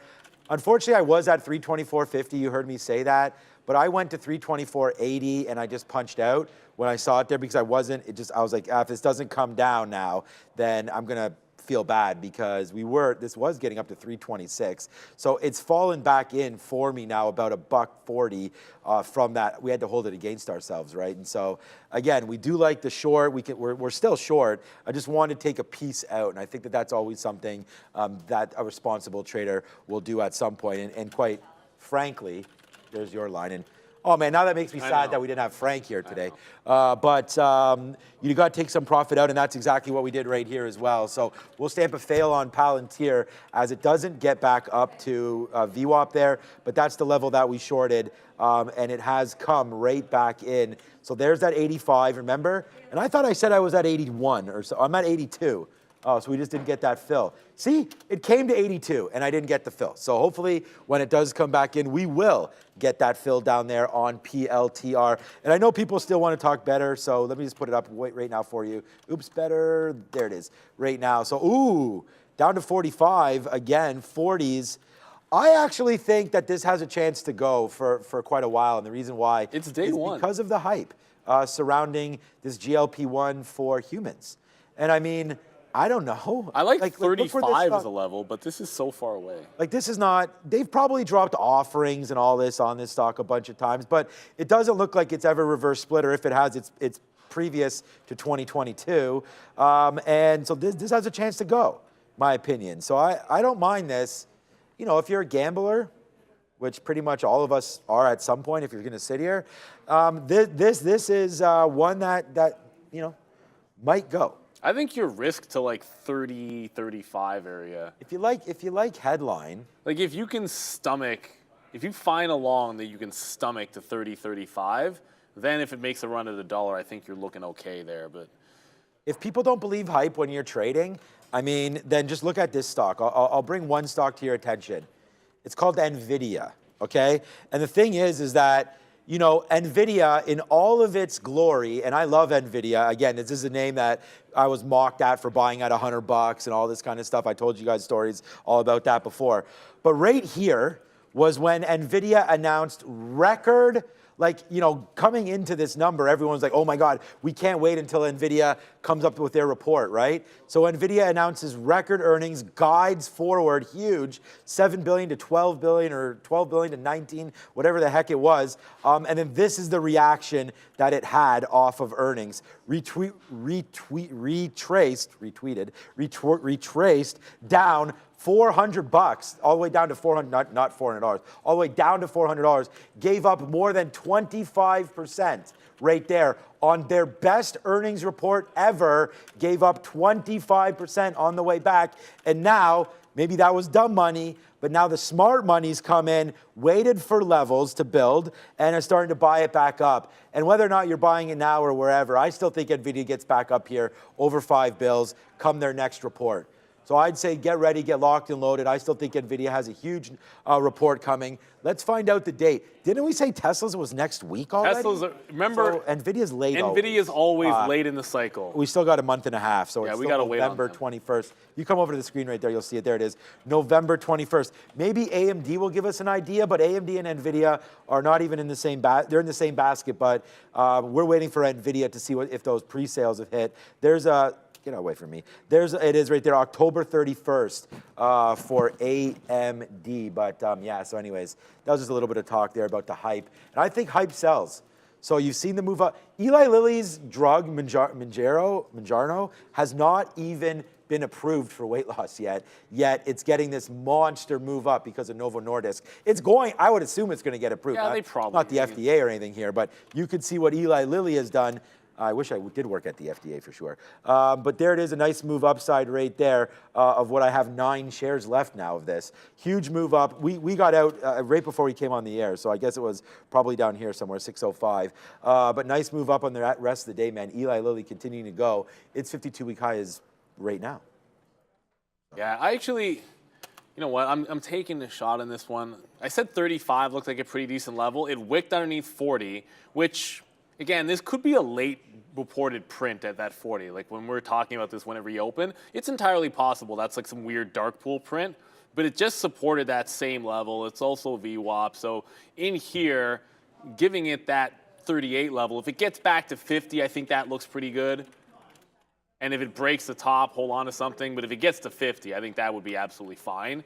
As far as I'm concerned, this is a pure Momo play. Like literally everything I'm in right now is almost like Momo, which is weird because, okay, this might take it out. Yeah, I'm not going to hold at 35. I gave it the tight stop at 38. This is very heavy. I'm going to show you guys what's actually happening on this stock if I can.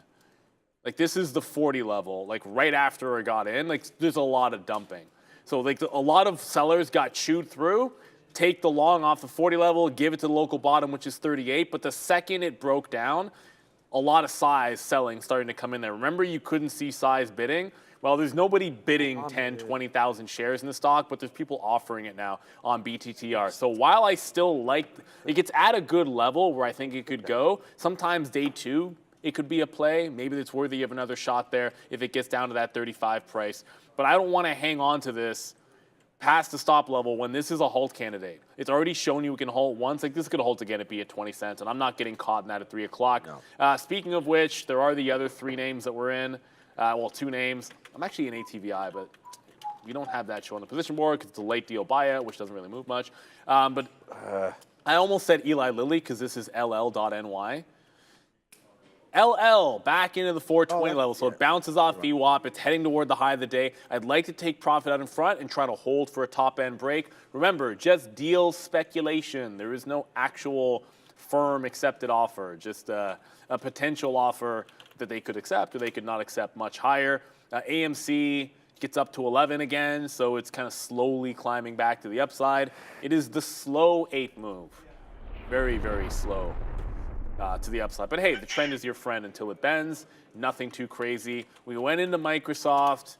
I like that for the short off this level. Like wait for it to get to level, fail it a couple times, short the consolidation, get out if it breaks the top. That is a setup I'll take almost every single time at a level I like if it's with the trend. And it just helps you with risk reward because you're not having to give it all the way up here. It gives yourself an obvious out. And if it gets down into the low of the day, you've got plenty of room to stretch its legs. But this bounce is holding on here. It's not that bad. Like Randy came by and kind of as a lark was like, should I change these? And that ended up being the actual bottom. Yeah. Who thunk it? Randy's not messing around. Who would have thunk? Randy was actually right. That was the bottom. I do want to say a big bang thank you to Mohammed Alabrash right now. Thank you, Mohammed, for your 20 SEK. Is it Singapore? Thank you so much for that. Best show on YouTube. I mean, we like to think so, and we're coming in working hard for you every single day, adding different things to the show, making the show better, and there's more to come on all of that front as well. So a big shout out to Mohammed. Thank you so much for that. That does mean a lot. I was just writing LL in the chat as well before you mentioned it, and I was just bringing up the fact that it's bounced off VWAP a couple times. So I've really taken to liking that indicator. We've talked about that when Adara was on the recap show. We do have Danielle Shea on today, so that should be really good. I want her to talk about, and I've already asked her to do so, some of the banks. So yes, yes, yes, that is good, and we're gonna see that. Yep, there it is. She just messaged me. She is planning on joining me today. So Danielle Shea coming on. We'll talk all about the banks. I know she likes JP Morgan. That's the only, I do own JP Morgan, and the only 2 banks I own are that. Well, some Canadian banks, but JP Morgan and Goldman Sachs, but JP Morgan is the one that we were pushing, not all in, but during COVID, we did get some love back in that name. So we'll have to watch out for JPM coming through. This is all tomorrow, so we'll see if we can get some sort of setups for the bank names coming through tomorrow. It's a big earnings day, and we can call up Market Chameleon to see that. I'm still in the same positions, man. Meta, we already got out. We'll talk about that in a minute. I really like using this. I mean, it's shout out to Sharif. He had mentioned to me that you could just go over here and use Market Chameleon to see everything you want. So there it is, October 13th. So watch me load that up and it not work. That would have been hilarious. There it is right now. Ooh, I didn't even realize. Well, I think we did maybe realize it was UNH time tomorrow. UNH with the biggest and the baddest of them all. I didn't even realize. We don't usually talk about them, that's all. No, yeah, I didn't realize their market cap Good company. was. Oh, great. I mean, all these ones are good here. Danaher's there. United Health is here. There's a few other names. It's very nice when the government pays your bill. Yeah, so yeah, always. JP Morgan, and when you can choose if you want to like accept people's requests. There it is, JP Morgan, Wells Fargo, BlackRock, Progressive, Citigroup, and PNC rounds up all the big cap names that we're really worried about, all the names that are greater than you know, 40, 50 billion dollars. Those are really the ones that you want to look at, and it's kind of murderer's row tomorrow if you're into bank stocks, because it's going to really set the tone. So we'll see where they all go from here. But UNH, JP Morgan coming into play, and we'll talk all about that. Some of the expected moves, some levels that obviously you have to key in on as well, and then we will just go from there. So far so good. Let's wait. Murderer's row. Yeah, murderer's row. Gotta do this. Yeah, You're let's say go. murderer's row. You Bang. have to. For the Shout out Bronx? to anyone who actually gets that reference. Like, who is Murderer's Row? Like, everyone, even if you know it's the Yankees, you might not know who it was. Bombers? Bronx Bombers, baby. They got that nickname for a reason. It is what it is. But as long as AMC goes up, we'll be happy with whatever the reason is. And if it happens to be some Taylor Swift stuff, then so be it. Then this happens. It gets to the high of the day. We did like that dip buy for a couple of reasons. Previous top. I do not like top breaks anymore. They suck. Okay, maybe they don't stink, but I just find, like, if you take an 11 break, not that great. If you take a consolidation break, sometimes at a good price, like an early price, you're kind of betting that it's going to break the high, or allow it to show you a dip at the first semi-obvious level, which would be the previous consolidation. Now that you're at the high of the day, there's a chance it can continue. There's not a heck of a lot when you pull the 15, so let me just go back to the daily chart. It's already filled in this gap. You're in a wide gap since the reverse split. So it's about, like, every quarter makes sense to me, like 11 to 11.25 to 11.50, because there's not a lot to dig yourself into inside of this range. Like, it's already made the move to fill in the gap here. And this is multiple moves to the upside. AMC has been going very, very slowly. I mean, even the last couple of days, like this, like it's crazy to me that everyone considers this the meme stock. When this setup of reverse split consolidation break, you have stocks that'll basically take that move and fill in the entire gap in one day. And AMC has filled in a small portion of the gap in a week. Like, there was one yesterday that filled in the entire gap in literally a day and a half. So AMC is not the meme stock it used to be, but it can still go up. Still got some legs, a little bit. Yeah, it's. I think it can go. I think it's. You know, all the Taylor Swift stuff. It's moving. Like, the thing is, you have to remember something. That $10 mark is also $1. Yeah, exactly. Because we did the 10-to-1 split on that. So it's already sort of baking that in right now. We're trying to push. What's up, Nimit? There in the chat. This guy's grinding with us every day in Singapore right now. I think it's 12. Is it 12 hours or 13 hours difference right now, Nimit? You can put that in the chat and let us know. But that's a grind right there, man. The fact that you're, oh no, my pen is no longer, huh. Oh well. See you, pen. That's a grind, man. And thank you so much for watching, Nimit. And it was awesome to meet you when you were here as well. Okay. Oh, I still have. Here we go. Here you go, Nimit. I should actually. It's funny. I don't know why I haven't taken this home. I'm gonna take this home. Here, thanks, Nimit. This is from Singapore, there, as you can see. So thank you. Oh, you still have so it much here? for that. Yeah, I still have it here. I didn't even take it home yet.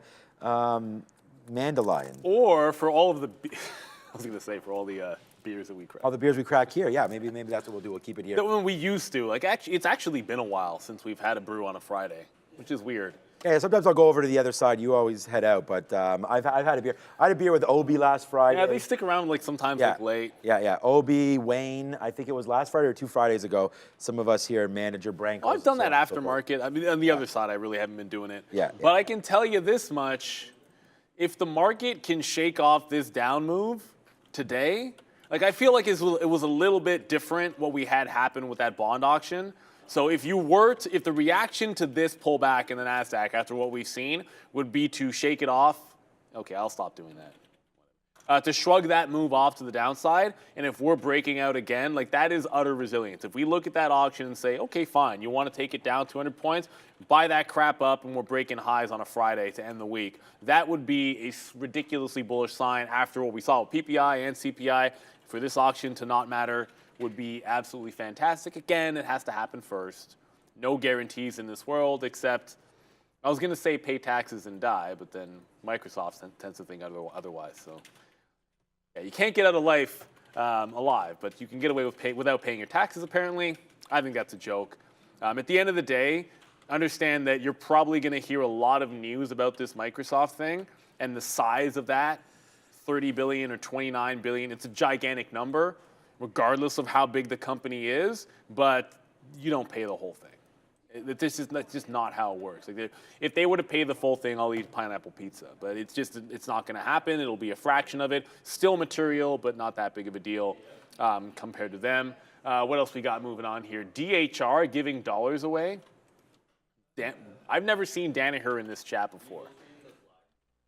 It was interesting, and like we mentioned it. I know, but 2022. Remember? So I don't know. You know about this, but Danaher actually is tanking right now. Oh wow! So it was What's weird. going on? 2022 was a really bad year for stocks, and I was in Danaher and got flat for a year on this thing, which was good because the market was crashed. Be news. But I gave it up. There's something going on here. Like you never see a DHR, Brendo, if you see DHR is moving way more than it normally does. Yeah, it's pretty damn. Oh, you have it up Oh, there. wife, if you got out of this when I told Pretty you. darn aggressive. I just told Rebecca to sell this stock last week. Right there, Danaher. Freaking So there it is. hilarious. That's my Nice wife, move by to the the way. downside right now. 2 bills. I mean, 2 bills looks like a good little level. Well, what's the story here? This stock doesn't move Brennan's $10. looking. It'll be fine. It'll be fine. Maybe something to do with them not. I have no idea. They're a conglomerate. I mean, So I don't know. Maybe a downgrade. Maybe there's a hit piece on them. I don't know. But either way, we'll have to wait. Now it's starting to pick up a little bit here. Spread a little dangerous on names like this when they do move this quickly. this so, isn't the day trading stock. no, not anymore. See, there it goes right back. See that? So it bottomed out there at 206. There's the move up to 208 again. So we'll have to wait out to see what's up with Danaher. Thank you so much, Joseph. Right now, welcome to our green side, my friend. So shout out to you. Thank you for becoming a member, Joseph, right now. But yeah, there goes Danaher. Obviously, Brendo's still looking. When we do see something on that one, we will disclose any said information. Okay, so Target didn't get there, man. Target, I think we should put it out at 110.50 now or so, just in case it gets back up to the upside. We were waiting for VWAP, but honestly, that just didn't come in there. So we're going to hold out on that kind of a play and then see if we do get anything there on that. So we've bumped our heads off here at 110.50 a couple times there. No love yet. Okay, perfect. Palantir is making moves back into the downside. All right, though, without any further ado, we've teased this a little bit. Brendan's got an interview that you all will be interested in, so let's go over to the big desk. Take it away, Brendan. Yeah, it's definitely a hot topic right now, right across the board as far as the EV market specifically, but battery technology in addition. So you're going to learn something here this afternoon and maybe even get a little bit excited about our guest today, Hillcrest Energy Technology. HEAT is the ticker, CSE, OTC, QB as well, HLRTF. Don Curry is CEO and director of the company, again, a clean tech innovation company developing high-tech, high-performance control systems and electric power conversion devices. Again, we're happy to have Don Curry, CEO and director, with us this afternoon to give us a little bit of a look into a pretty exciting market, let's be honest right now, Don, as far as topical. You couldn't get any more exciting as far as what everyone seems to be looking at these days in the EV side of things. Why don't we take a step back to start and give us a little look at exactly what it is we're talking about here. I explained it earlier, and I'm sure you can do a better job in that. We're talking about the device that is essentially taking the power from the battery and sending it to the motor. Correct me if I'm wrong. Absolutely. It's an inverter. So an EV inverter, the batteries are direct current, the motor is alternating current, and you have to convert that power from the batteries to the motor. And so we've been able to crack the code on what we believe is a transformational opportunity here. Our inverter technology, the inverter itself is the lifeblood. It's the heartbeat of the engine. It makes the car run. So it's a critical component to an EV. Yeah, it's interesting in the sense that, and we'll get into some of the details here, but actually, why don't we look at what is being used today and give people an idea of the difference here and the importance of the difference here. So tell us a little bit about what the industry standard is today and how this may or will improve things going forward. Yeah, great question. So right now, the industry standard is what's called a hard switching inverter. And hard switching inverters are what's able to be out there. And they're efficient to a certain degree, but they have what is called trade-offs. There's negative effects that come for it. It's the only thing available up till this point in time. And things like electrical magnetic interference, EMI, basically radiation coming from the inverter, and you have to pay to protect against the negative effects. Long term, they cause negative effects to the car, but it's all that's available now. Ours is a zero voltage switching or soft switching inverter, which increases the switching frequencies. It eliminates the trading losses or switching losses, which is essentially where the trade-offs come in and what you have to protect against. So it's more cost effective. And as we can talk about later, it causes substantial savings. It could produce substantial savings for the OEMs that we're talking to. Yeah, let's get into that and touch on that a little bit further in the sense that, you know, one of the reoccurring themes that we hear whenever we hear from any of these companies is, you know, the costs are still at a point where, you know, they're struggling to get to a point where they're even profitable on a per vehicle basis. How is this going to help? Tell us about how the cost savings here will help as far as the manufacturer is concerned, who, let's be honest, is actually the customer here. Yeah, the OEMs are the customers for sure. And what I should point out is that when we're estimating that our product, our EV inverter, is essentially in or around the same price as a hard switching inverter, but it's a premier product. So the hard switching inverter, if we use a number, and there are many different prices, but $1,500, and you have to pay to protect against the negative effects. Our inverter is, say, $1,500. And you save money. We're showing through demonstrations that you can save up to $2,200 per vehicle.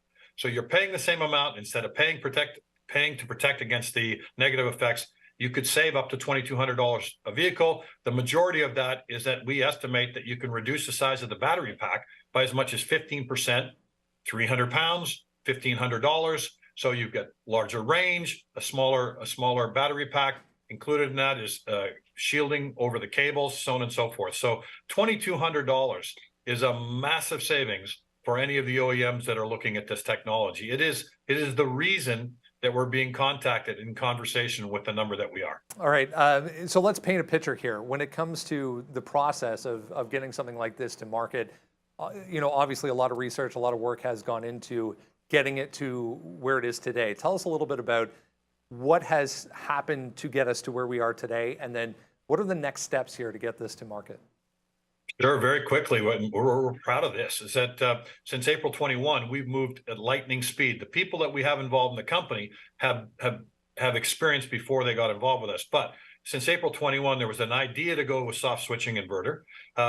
7 months later, we had the proof of concept. 12 months later, a commercial prototype, which no one else has been able to do. And we're now in demonstration programs with up to 7 companies and some on the waiting list. So the demonstration programs is we've gone from an idea to being able to put a product, an actual size product, on their test bench or on our test bench and demonstrate to them the benefits that we're claiming we can produce. So it's been a meteoric move forward, but we're right now very pleasantly and quite eagerly working with companies, some large OEMs, European OEMs, and some tier 1 suppliers in demonstrating the product and the benefits it has. All right, so everyone is very excited about the fact that, you know, the electric vehicle market specifically is going to and continue to grow at the amazing pace that we've seen it, you know, over the past 5, 6, 10 years even. Is there, or are there other applications for a product like this? And if so, what do those look like? Sure. Our product is agnostic to the end use. It can be used in what we call stationary. So think of solar, wind, energy storage, so on and so forth. We focused on EV at the beginning because we have a phenomenal team of advisors who have ability to open up doors for us and have opened up doors for us. But the move from here is to go into solar, wind, like I say, energy storage, so on and so forth. The technology, the soft switching technology, will produce efficiency benefits no matter where it's applied. So I think the upside for the company over the coming period is amazing. And when you look at the EV market alone, the EV inverter market is growing at a rate of 8 to 10% per year. So estimated to be about $68 billion by 2030. There's nothing short of opportunity and value creation that we can do over the next little bit. And what do investors need to know then as far as going forward? What are next steps here as far as Hillcrest is concerned? Well, we're in other groups' labs now. So we've started in lab where we show demonstrations. We have them come in. We're able to demonstrate the product. From there, it moves to their facilities because they'll want to do the same tests and they'll want to apply it as they are. The next steps are really, now that we've shown that the technology works to some of the people we're working with, and we still have other demonstrations that are about to be done and scheduled in the very near term. The next step then is to start with the definitive commercial discussions, which have started and some are about to start, whereby you start talking about what are their needs, what are the numbers that they're going to need, what are the costs associated, how is the manufacturing going to work, and what will they handle. It's an inclusive, it's quite a process that we're going through, but we're moving forward much quicker than we had anticipated we would be able to move forward with, and getting towards that part where we truly show that we're the leader in the field. We have the only technology we have the technology no one else has, and we have companies that are talking to us about using it. Yeah, it's one of those industries, it seems, where everything is just, on this crazy pace of innovation and development and moving forward. So only the start, only the beginning, and early days, I'm sure, not only for this product, but the marketplace in general. Again, HEAT, guys, CSE here in Toronto. Check out HEAT is the ticker. Down on the OTCQB, HLRTF as well. The ticker. Don Curry, CEO and Director of Hillcrest Energy Technologies. A pleasure. Thank you very much for having us. Heat. Ooh. You come on. I like that. You set it up and you actually have a cool ticker. Hit it out of the park. I appreciate any company that takes the time. If you're going to list in the market, like, why would you not get a ticker that is going to actually make sense for the stock and is going to be cool? Because it's always frustrating as a trader when I look at something, I'm like, that's what the company does? Like, that doesn't make any sense. But a good look there. The market, and I wish I had hung on to some shorts. Obviously, woulda, coulda, shoulda, if, ands, and buts, candy nuts, whatever you want to say. You're starting to pull back in here a little bit. So we are getting a reversal into what I think at 330. I don't want to say there might be an imbalance, but the last few days have been nothing burgers. I feel today with the whole bond auction and the volatility we've had, you could see a little bit of something. Very quickly, AMD just got up to what was a big level early on in that move, which is the 109. Looks like it's rolling over. We just got a super chat. I'll let you handle the super chat. Yeah, but okay, I'll handle it. I don't. Oh, I was going to read it. Okay, you can read it. No, I'll let you do it. Okay, I'll read it. All right, what's up to Suseno there? Thank you so much for the 100,000, I guess, Indian rupee. I guess was that what that is there. Thank you, Trader TV. It's here. It's 2 a.m. So first of all, for that one, you're gonna get the bang as requested for that. Thank you so much for sticking with us. You've now found the best of us. So thank you for rocking. Every day. Please play the clown music. Does that mean this? I don't know what the clown music is. don't have clown music. Would love to have that. Sometimes I go da da da da da da da da da, and then it goes all the way to the downside there. Oh, that reminds me. Is anybody remembers Doink? There used to be a WWE superstar. It's too bad Sharice's not here. You would remember too. Doink the clown. So he used to do that. His music was like dun dun dun dun dun dun dun dun dun, and then it went dark. At the end of that, because he was a bad clown. That's old school. Let's make the market dump so hard at Power Hour. Hey, man, we're ready to go for that. So what I can do is ride the bear with you there. So thank you so much. I mean, that was like, come on, like, what am I doing with my hand right there? This is a much better bear right here. I like that, but thank you so much for that. Super chat means a lot, man, and I just want to say thank you so much for that. I don't know what... Wrong emote. I don't know what Doink the Clown. There we go. Some people know that one. Oh, the hot dog cannon. That's the clown one? I don't know. Maybe. No, it's not. I like that there. We've actually never had a clown one. I like the clown one. Clowns are creepy, Clown would be man. cool. I think they would be creepy too. They're My very daughter, you know what? The thing is, I noticed, man, I think there's something...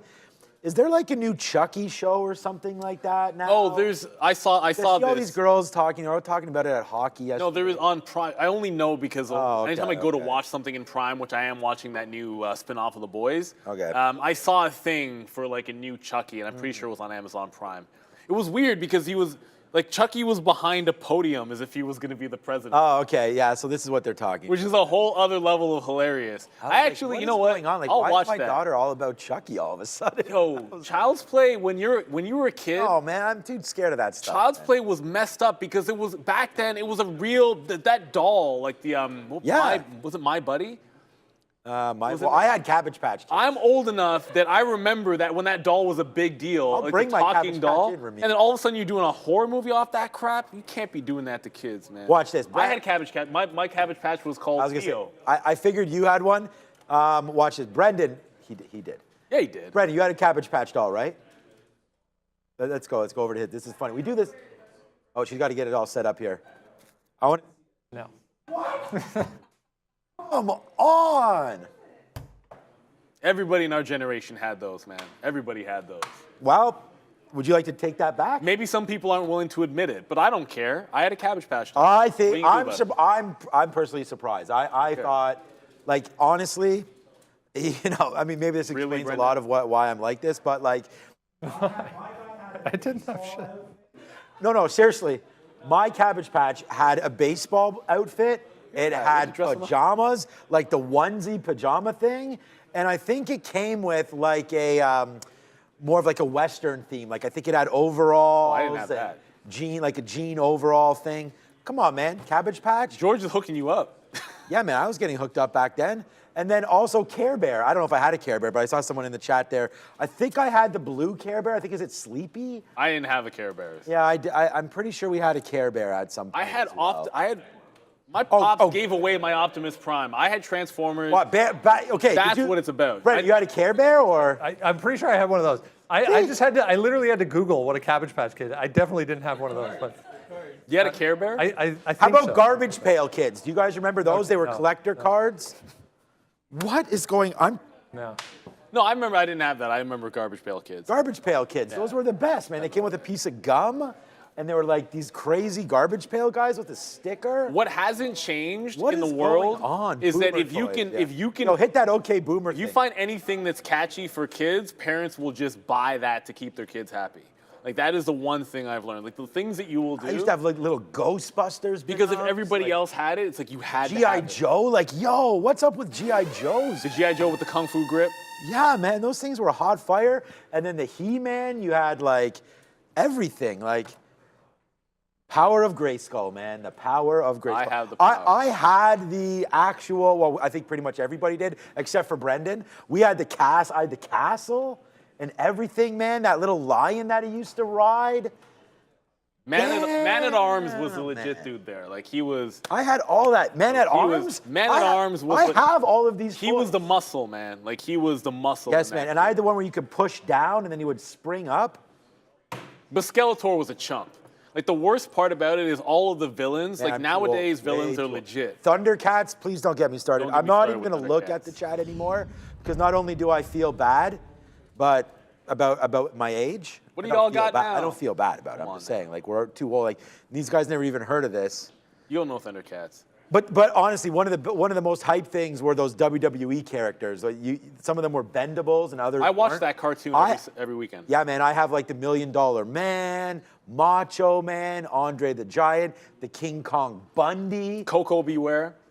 Oh man, I have all of those. I'm gonna bring them in. That's probably worth something these days. Hey, that's enough. That's enough. but I don't know what's wrong with that. Compass what- RX. I thought we've already. Alf was legit too. I loved that show. That was freaking hilarious. I mean, Alf was literally you used to have an alien running around eating cats, and some house was housing it. Couldn't So, do that now. There we go. What's up, Brendan? Just reading this note on Genius Group, GNS. Founder and CEO Roger James Hamilton provides personal funding of up to $4 million into GNS. That was at 327, and then it halted news pending at 330. So your guess is as good as mine, but this one, GNS now halted news pending, even though it looks like that came out first. Well, see, this He happened. still didn't have a Cabbage Patch Kid. No, this so. happened with Save. This happened with they do this sometimes. Where like it's not fully disseminated. Like they'll halt the stock, but it's not going anywhere. I like it because of a dollar break, maybe. I don't know, but yeah, toys are still good. Although things are very different now nowadays. The key now is to watch videos of other kids playing with toys. Like that's the new thing. That's what my daughter's into. Like so, it's like. I don't have to buy the toy for her. She'll just watch the video of what's his name? I wish it was that simple. What's Ryan's his name Toys. again? Ryan's whatever. And then she's like, "Can we go to Walmart?" I'm like, "Here's the magazine. Look at that for a little bit." and then we'll talk. I bought my kid the Ryan's Toys safe that they always open up. Right, Ryan. It's Ryan's World. Yeah, That's whatever the it is. And then my daughter literally has, I think it's 830 LOL dolls, something like that. Those little guys there that they had, and now they have. Oh, you know what's hot right now? Squishmallows. Yeah, I got a half a dozen of those. Yeah, we have all those Squishmallows too. Okay, so like back those, to the market. to reality. AMD Nice came move into on 109, so I am into the short on AMD. It came into that 109 level. We're still bouncing higher. Damn it, Randy. So I'll do this simultaneously. That better's cut in half. Like there's 109, there's that 15.3, which we're actually breaking above. Yeah, we probably need to take some of this out. Like you're now holding above 15.3 on the NASDAQ. This is a trim, the short situation. The imbalance came out a whopping 71 to buy. 71 million to buy, sorry. If it was 71 billion, that'd be a gigantic deal. 71 million is very, very small imbalance. Unfortunately, that's not necessarily going to move the needle. LL, which we are still in, couldn't hold on to the 420 level, so it came back. It bounced off VWAP again, but this is not really going anywhere. A little bit late to try to reload this. It either goes or doesn't go at this point. AMC is holding 11. That's a good sign. So it failed 11.10 technically on the break, and is holding on to this 11 area. I don't need the reload. We'll just see how far this one can go. Maybe you can take out the high. I'm going to stop out at break even, move the stop from 75 to break even because it's at the end of the day. And at the end of the day, we have to be flat. We're trading on a prop floor here, Day Trade the World, which means all positions we close at 4 o'clock. Sometimes you can hold like a minute in the aftermarket, but no new positions after then. We're not trading anything overnight. Not that I would, especially some of these crazy stocks, which I promised at some point I would revisit this because remember yesterday we were talking about? Like how often did we have to pull up this stock and say the same spiel over and over again? I'm talking about TPST. Well, this is why you take the profits when you can get them because this was the craziest thing anyone wanted to talk about. And today, unless you shorted in the pre-market or perfectly bought at 350, it's a hard one. Then that's it. Like you got punked today. And that's what happens to these things. And I'm not saying that's going to happen to every single high flyer, but in the grand scheme of things, most of these types of moves tend to resolve themselves to the downside. It is what it is. Lava news, pre-market news tomorrow on what? And OPGN, that was the other one today. So OPGN was your runner. Well, that's even worse than I thought. This is under $1 now? Wow, that's okay. See, look at that. That didn't even last a day. This one is right back underneath $1. It was a 33-cent stock, so this is still up. Like you're still up 200% from its previous close, despite the fact that it's down from a high of 380. It's still up 200%. So technically, if you bought it yesterday, you're in the money. But I don't think you feel that good about it if you held it this whole way. Yeah. Wow, underneath $1? That's nuts. Adam DeLo's pre-market news tomorrow is the banks. Yeah. Right. Well, you said pre-market news when I was talking about small caps. I didn't. Yeah, obviously we get the banks tomorrow. We get JPM, we get Wells Fargo, and Citigroup. Citigroup. We do have Daniel Shea coming up very, very soon on the after show. We're going to talk about some options plays and some possibilities there for those names. So obviously, it's going to be a day late for that because you can't put on any options plays after 4 o'clock. So but you can set up. Yeah, exactly. You can set up for levels and things like that. We will get ready to rock and roll with her tonight, and that should be a hell of a lot of fun. So, yeah, so far so good there. I just want to say, Fabian, yes, I still own lawn darts, but I'm more about bocce ball. So shout out to all my paisans out there, bocce ball. But you know, it's not just an Italian thing. I have a Croatian uncle that is insane about bocce. So that's fun. Bocce ball is so much fun, and anything you're doing outside. And people said that, you know, obviously I think kids probably played outside a little bit more when we were growing up. But a little bit more, way more. I can't. It's not close. I know, but that's what I'm saying. Like, I can't keep my daughter even inside.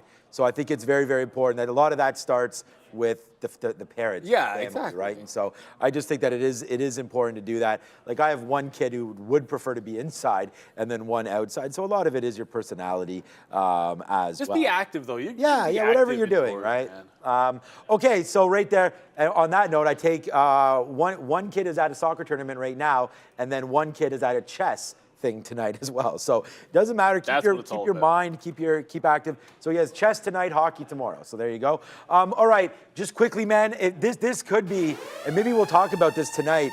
But honestly, Target has been a dream since we left it alone off the open. And the reason, I mean, I could zoom this back out. There's a bad wick here that I don't want to, I mean, if I do that, oh, there, okay, actually it shows. Anyways, what I was getting at was this bottom here, maybe if I do this. There it is, this bottom of 109.50. You know, this is the thing. Once it held right there, we kind of knew we were good to at least try it. So we tried it there. We wound up taking almost, well, not almost. We did take $1.50, against 13 cents of risk, 10-1. And then, oops, Brittany, we just did it again right there. We went long right there again at 109.60, and then got it out right there as we came up to the top. But right now, you are trying to take out the top right there again with VWAP. So not the top, but with VWAP. If we can get up there, I think that's an auto sell down at these levels, or up at these levels for Target if we get anywhere near 111. So let's let that just sort of simmer for a minute. And you know what? Let's just put an offer up there. I mean, the imbalances could come out. Brendan did give it to us. It's, again, 71 million shares. Yeah. There's also no big individual names on the early look. Right. I checked. The only thing of a significance is actually BP, oddly enough. So BP's an early look buy, which really, I mean, I guess the market bounced, but BP actually did make a good move to the upside, but it's already put in the move. Since I started seeing the early look, it hasn't done a heck of a lot, so it's just kind of bouncing with the market there. We'll let you know at 350 if there's anything significant. I think there could be something today, especially on some of the big cap tech names. Just the volatility that we had, it would not surprise me if there's some positioning. You find you got PPI, you got CPI, then you got that auction. I can see that happening, but with only 20 minutes to go, last chance for the LL to bounce off VWAP and do something. So next available pop, wherever it lands, that's where we get out. Got to be able to respect it. Not a heck of a lot out there. Tony Price saying JPM is expected to beat, but Mr. Fargo and Citigroup are expected to miss. We're just here to play the levels, you know, because we're not putting on positions before. Like, I'm just there to play the levels. I think JPM, I think the entire group has typically disappointed. Although if it's really, really far to the downside, sometimes you get a really good relief rally the next day. We're supposed to go to Brennan at the desk, so I've been told. This GNS just resumed, guys. So again, just to recap, release news, halt stock news pending, now reopened again. GNS, nice one there with that $4 million. What was it? It was a $4 million loan, I guess, by the CEO there on Genius. We can, there it is right there. Yeah, Genius founder, CEO Roger Hamilton provides personal funding of up to $4 million as an interest-free loan. So, yeah. Yep, got it. Just real quick here, right now, coming through. I just want to show you one thing here. I'm off tomorrow, so have a great weekend, everybody. Obi will be sitting here with me as well. Look at this, JP Morgan, 145. It's the strongest bank, earnings out tomorrow. Buy ahead of it. So there it is right now. It's on the sticky note. It's JP Morgan. It's written down here in gold. So if you see it on the sticky note, you know it's good. At least it's a level I'm looking at. Whether or not it's good or not, who knows? But there's 145 right there, guys. There's the out at 146.30. So that one is going to be barbecued up. And then look at this. It came right back again to 145 again and gave you another one, another dollar right there for JP Morgan. So hopefully you guys hit that as we talk about some bank names. We bought the 145 dip. Shout out to you guys in the chat who brought that to us. We do have the best audience, the best traders joining us every single day, and it's you guys watching, so thank you so much. But on that note, honestly, I know we have the market recap. That's great. Come check it out. But 551 likes. Guys, hit the like and subscribe. There's 3,600 people watching, you know? And Neil, I think it's appropriate that we hit the following button.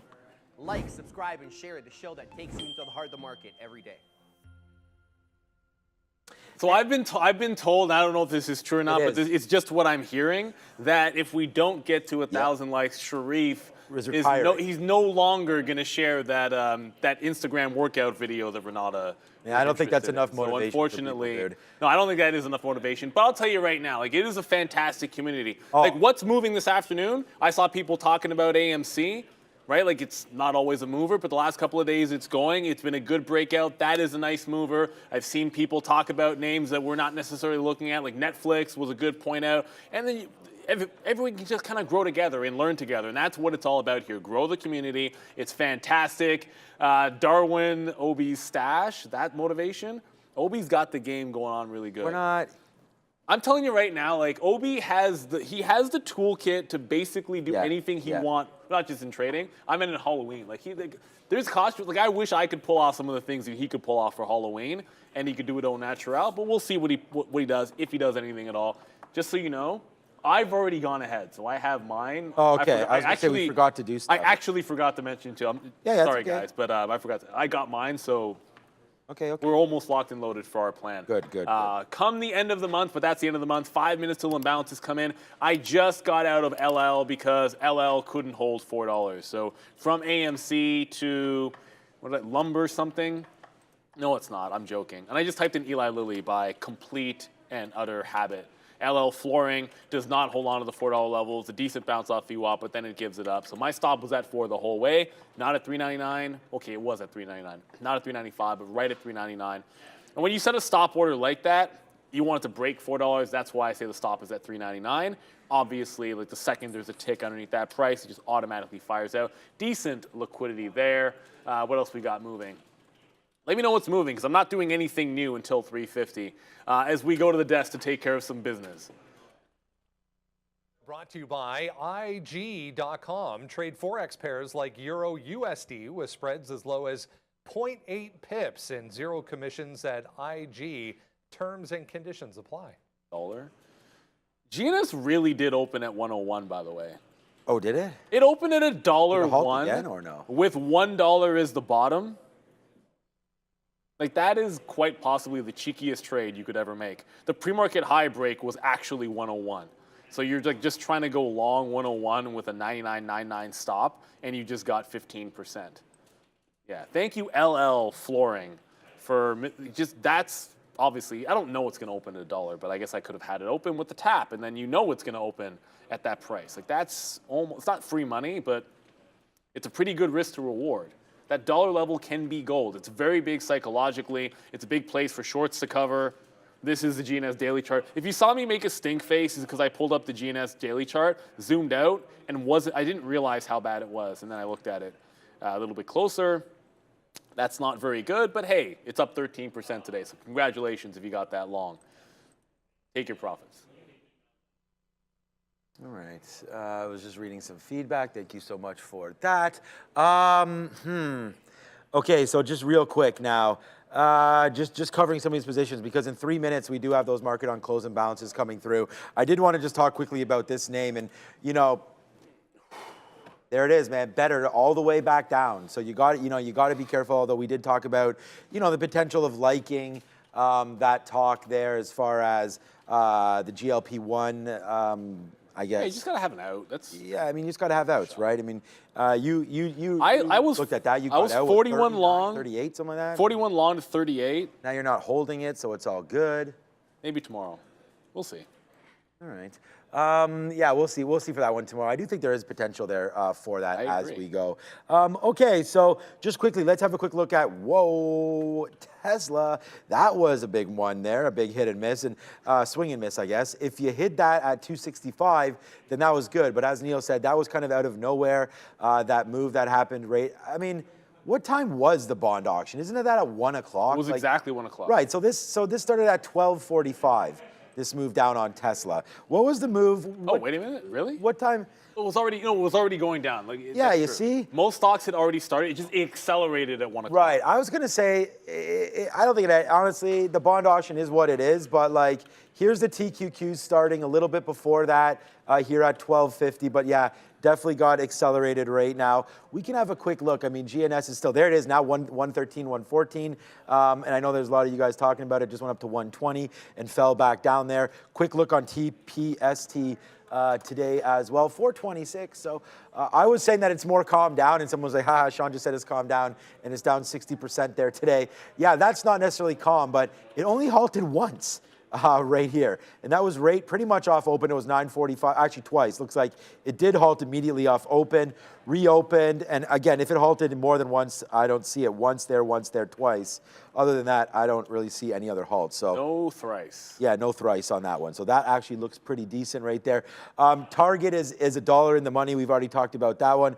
Palantir dipped in again, and we were able to get that off there at 85 again.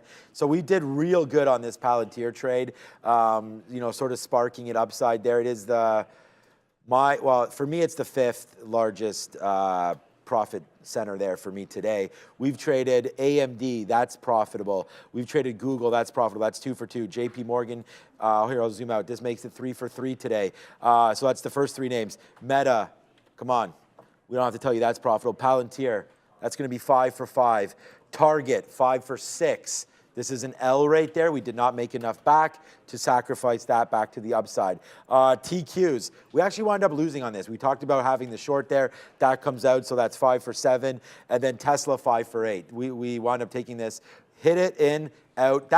This one's, we're going to count it because it's a red mark, but damage not really done here on Tesla. All right, so let's go, man. Here come these imbalances. So it's going to be 5 for 7 today. Here they are right now. Let's get rid of this broker, and then we'll see what's hitting. We'll wait for that exact number from Brendo when it comes through. But here we go. Intel's a buy. So that's nice to see. We'll see if that moves the stock. Not doing anything. AMD is also a buy, trying to get that stock going. What am I in? I'm in Meta. All right, so maybe we'll just start to cover, because if some of these stocks are bids now. Marvell's a buy, but that's not 700,000. 200 to sell, so 200 million. JP Morgan, pretty much a nothing burger. 500,000 to sell. That's not that big of a deal for them. Yeah, I took out some nothing. Meta. Teladoc, 500,000. That's an old look. There's nothing here. BAC is pretty small. Not really seeing any of the big names in there. AAPL, Neo, but those are all like 300,000. So nothing crazy on the imbalances.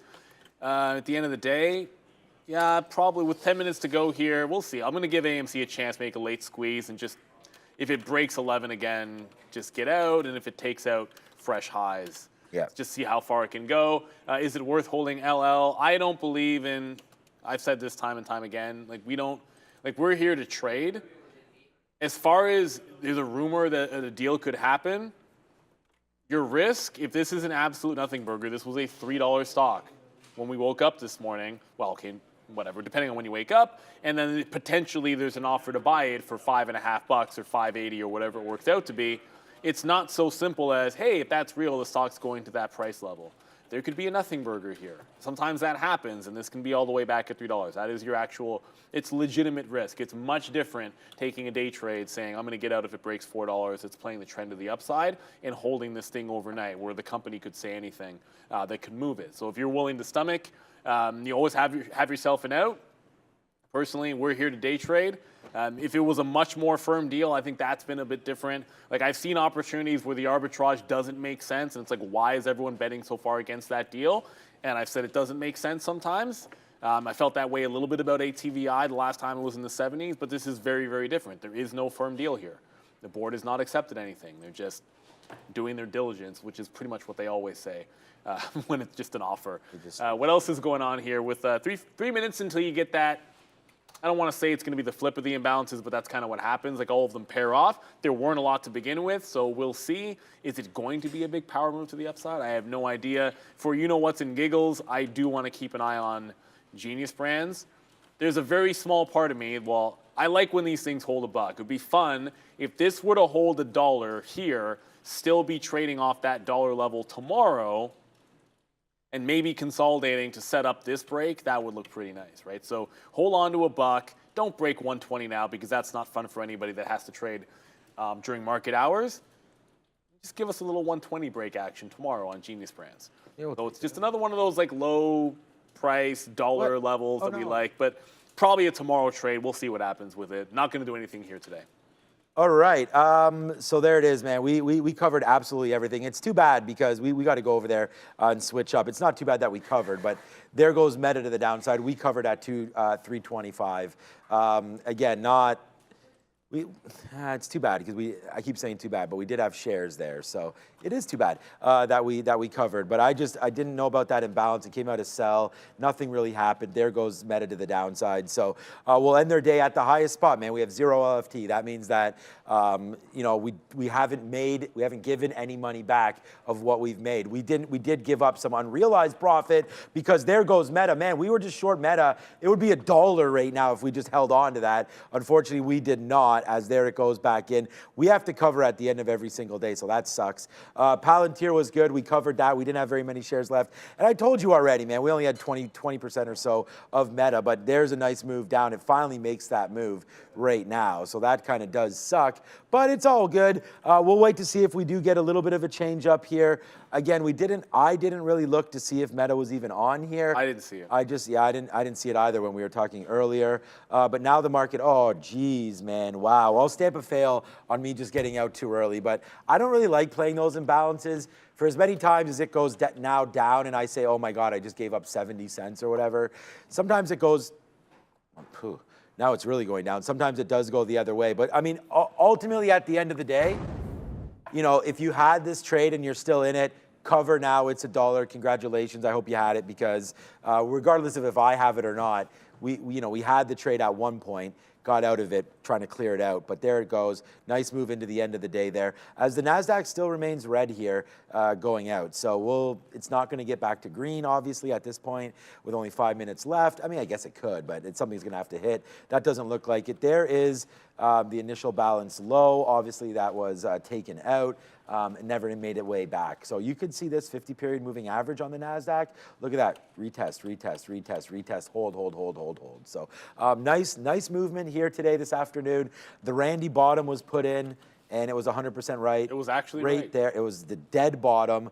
That was 15,222, 100 points.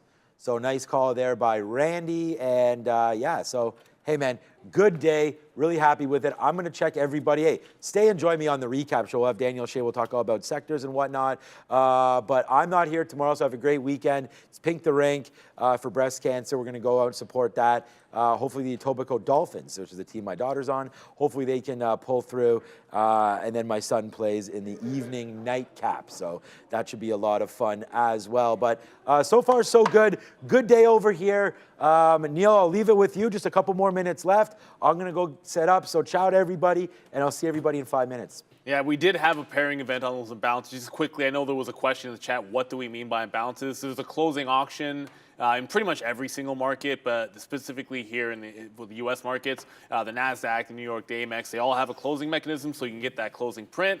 At 3:50, they publish within the data feed publicly the actual interest in said imbalance. So like there you can see like BP, that was an early look, but Citigroup, there's 1.5 million of paired actions, so buys and sells that they can match based at an equilibrium price. That would be 41.50 at this particular moment. And then there's still left over 900,000 shares to sell on the sell side at that particular price. So there's an imbalance at the current price of 900,000 shares on Citigroup for the closing auction, which will happen in 3 minutes. They publish it.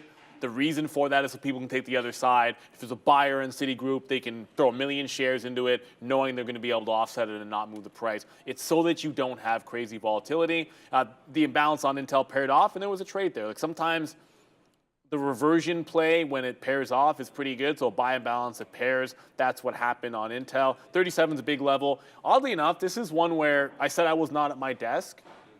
I had a small reload on Intel with a stop order.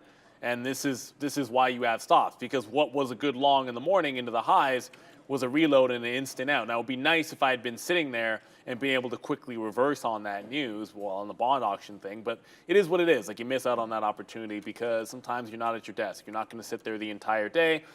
I still look at this and chuckle that this is still in the midst of a nice little trend to the upside. I do want to respect it. I'm now out of AMC. You're never really going to be able to hold on to anything forever. Maybe it does something tomorrow, but waited for the dip buy, gave you that 85, took out some tops, couldn't really get past 11.15, but hey, this thing's up 5.5% today. And every time you bought the dip was pretty good. It wasn't necessarily on my radar. The first time I noticed that this was going today was during the midday show. Adara had mentioned she was in AMC. I pulled it up. I'm like, yeah, that sucker is going. Why not? Like, it's breaking out that 10. You can see it stair-stepping to the upside. That's an accelerating trend, kind of gliding the upside. Why not allow it to give you an opportunity to dip by, take that pullback? We like volatility. We like stocks that are trending. It gives you an easier way to get into it there. Paddle the waters. We didn't promote better. There was news on the stock. If there's news on the stock, we're going to bring it to you live. And if I see an opportunity, we take it, it wins, it wins, it loses, it loses. That's the nature of the game in trading. I saw a level I liked at 35 on the dip. So to me, I'm like, if it can hold out in that area, and I didn't want to give it to 35 based on the spread because I'm not risking that much, go 40s into that 38. So that's a trade I said I liked. I took it, and that actually was a turning point. Oddly enough, what's interesting about that, looking back in complete hindsight, like that exit was actually the place to get the curl. Sometimes you notice this, and it's not that you want to reverse every single long wasn't the right answer, but the out was a good place for the short. That's the first step into trading, is to be making decisions around significant price areas. So if you're doing that, at least you're doing it right. Like, you're not, I don't think it made sense to try and buy 50s in there, but I think it was the right decision because when it curls like this, tells me if it holds 38, it's pretty good. But we're going to get the camera off me because we got only 10 seconds to go. Speaking of AMC and Adair, there she is. Fantastic blazer, North Carolina blue. Let's end this Thursday in 4, 3, 2, and we are closed. And because of, I said I was morbidly curious, we are closing GNS above $1. So thank you very much and congratulations, Genius Brands. You are now at $1.14, which means it's held on to $1. Maybe it gives us a trade tomorrow. I'm kind of hoping that's going to be the case because I like that dollar level. But hey, the story was the market reversal at 1 o'clock. It was started slowly, accelerated at that bond auction, and then you just complete cascade to the downside, which was recovered for the NASDAQ to finish only about a third of a percent to the downside. So not really finishing as poorly as it could have been off some of those lows, but still a pretty good one. Shout out to Fabian and Ramin on the 1s and 2s. Fantastic interview as well by Brendan, as usual. The midday, can't really say enough. Obi's going to be joining me, but he did a great job as always with Sharif. He'll be joining me tomorrow, filling in for Sean. Adara, call out for AMC, up 5% into a down market, able to find a winner. That's what it's all about. Trade what matters and trade what's moving. And another way that you can find out what is moving and what to do with it is to stick around for the market recap. Daniel Shea is going to be on as we enter earnings season, or we're already in it, but the banks to me are the start of earnings season. So let's get to the desk, talk a little bit about those earnings. I know everyone's interested in it, especially to hear from Daniel Shea. Go get him, Sean. Welcome. Thank you, Neil, my friend. Welcome to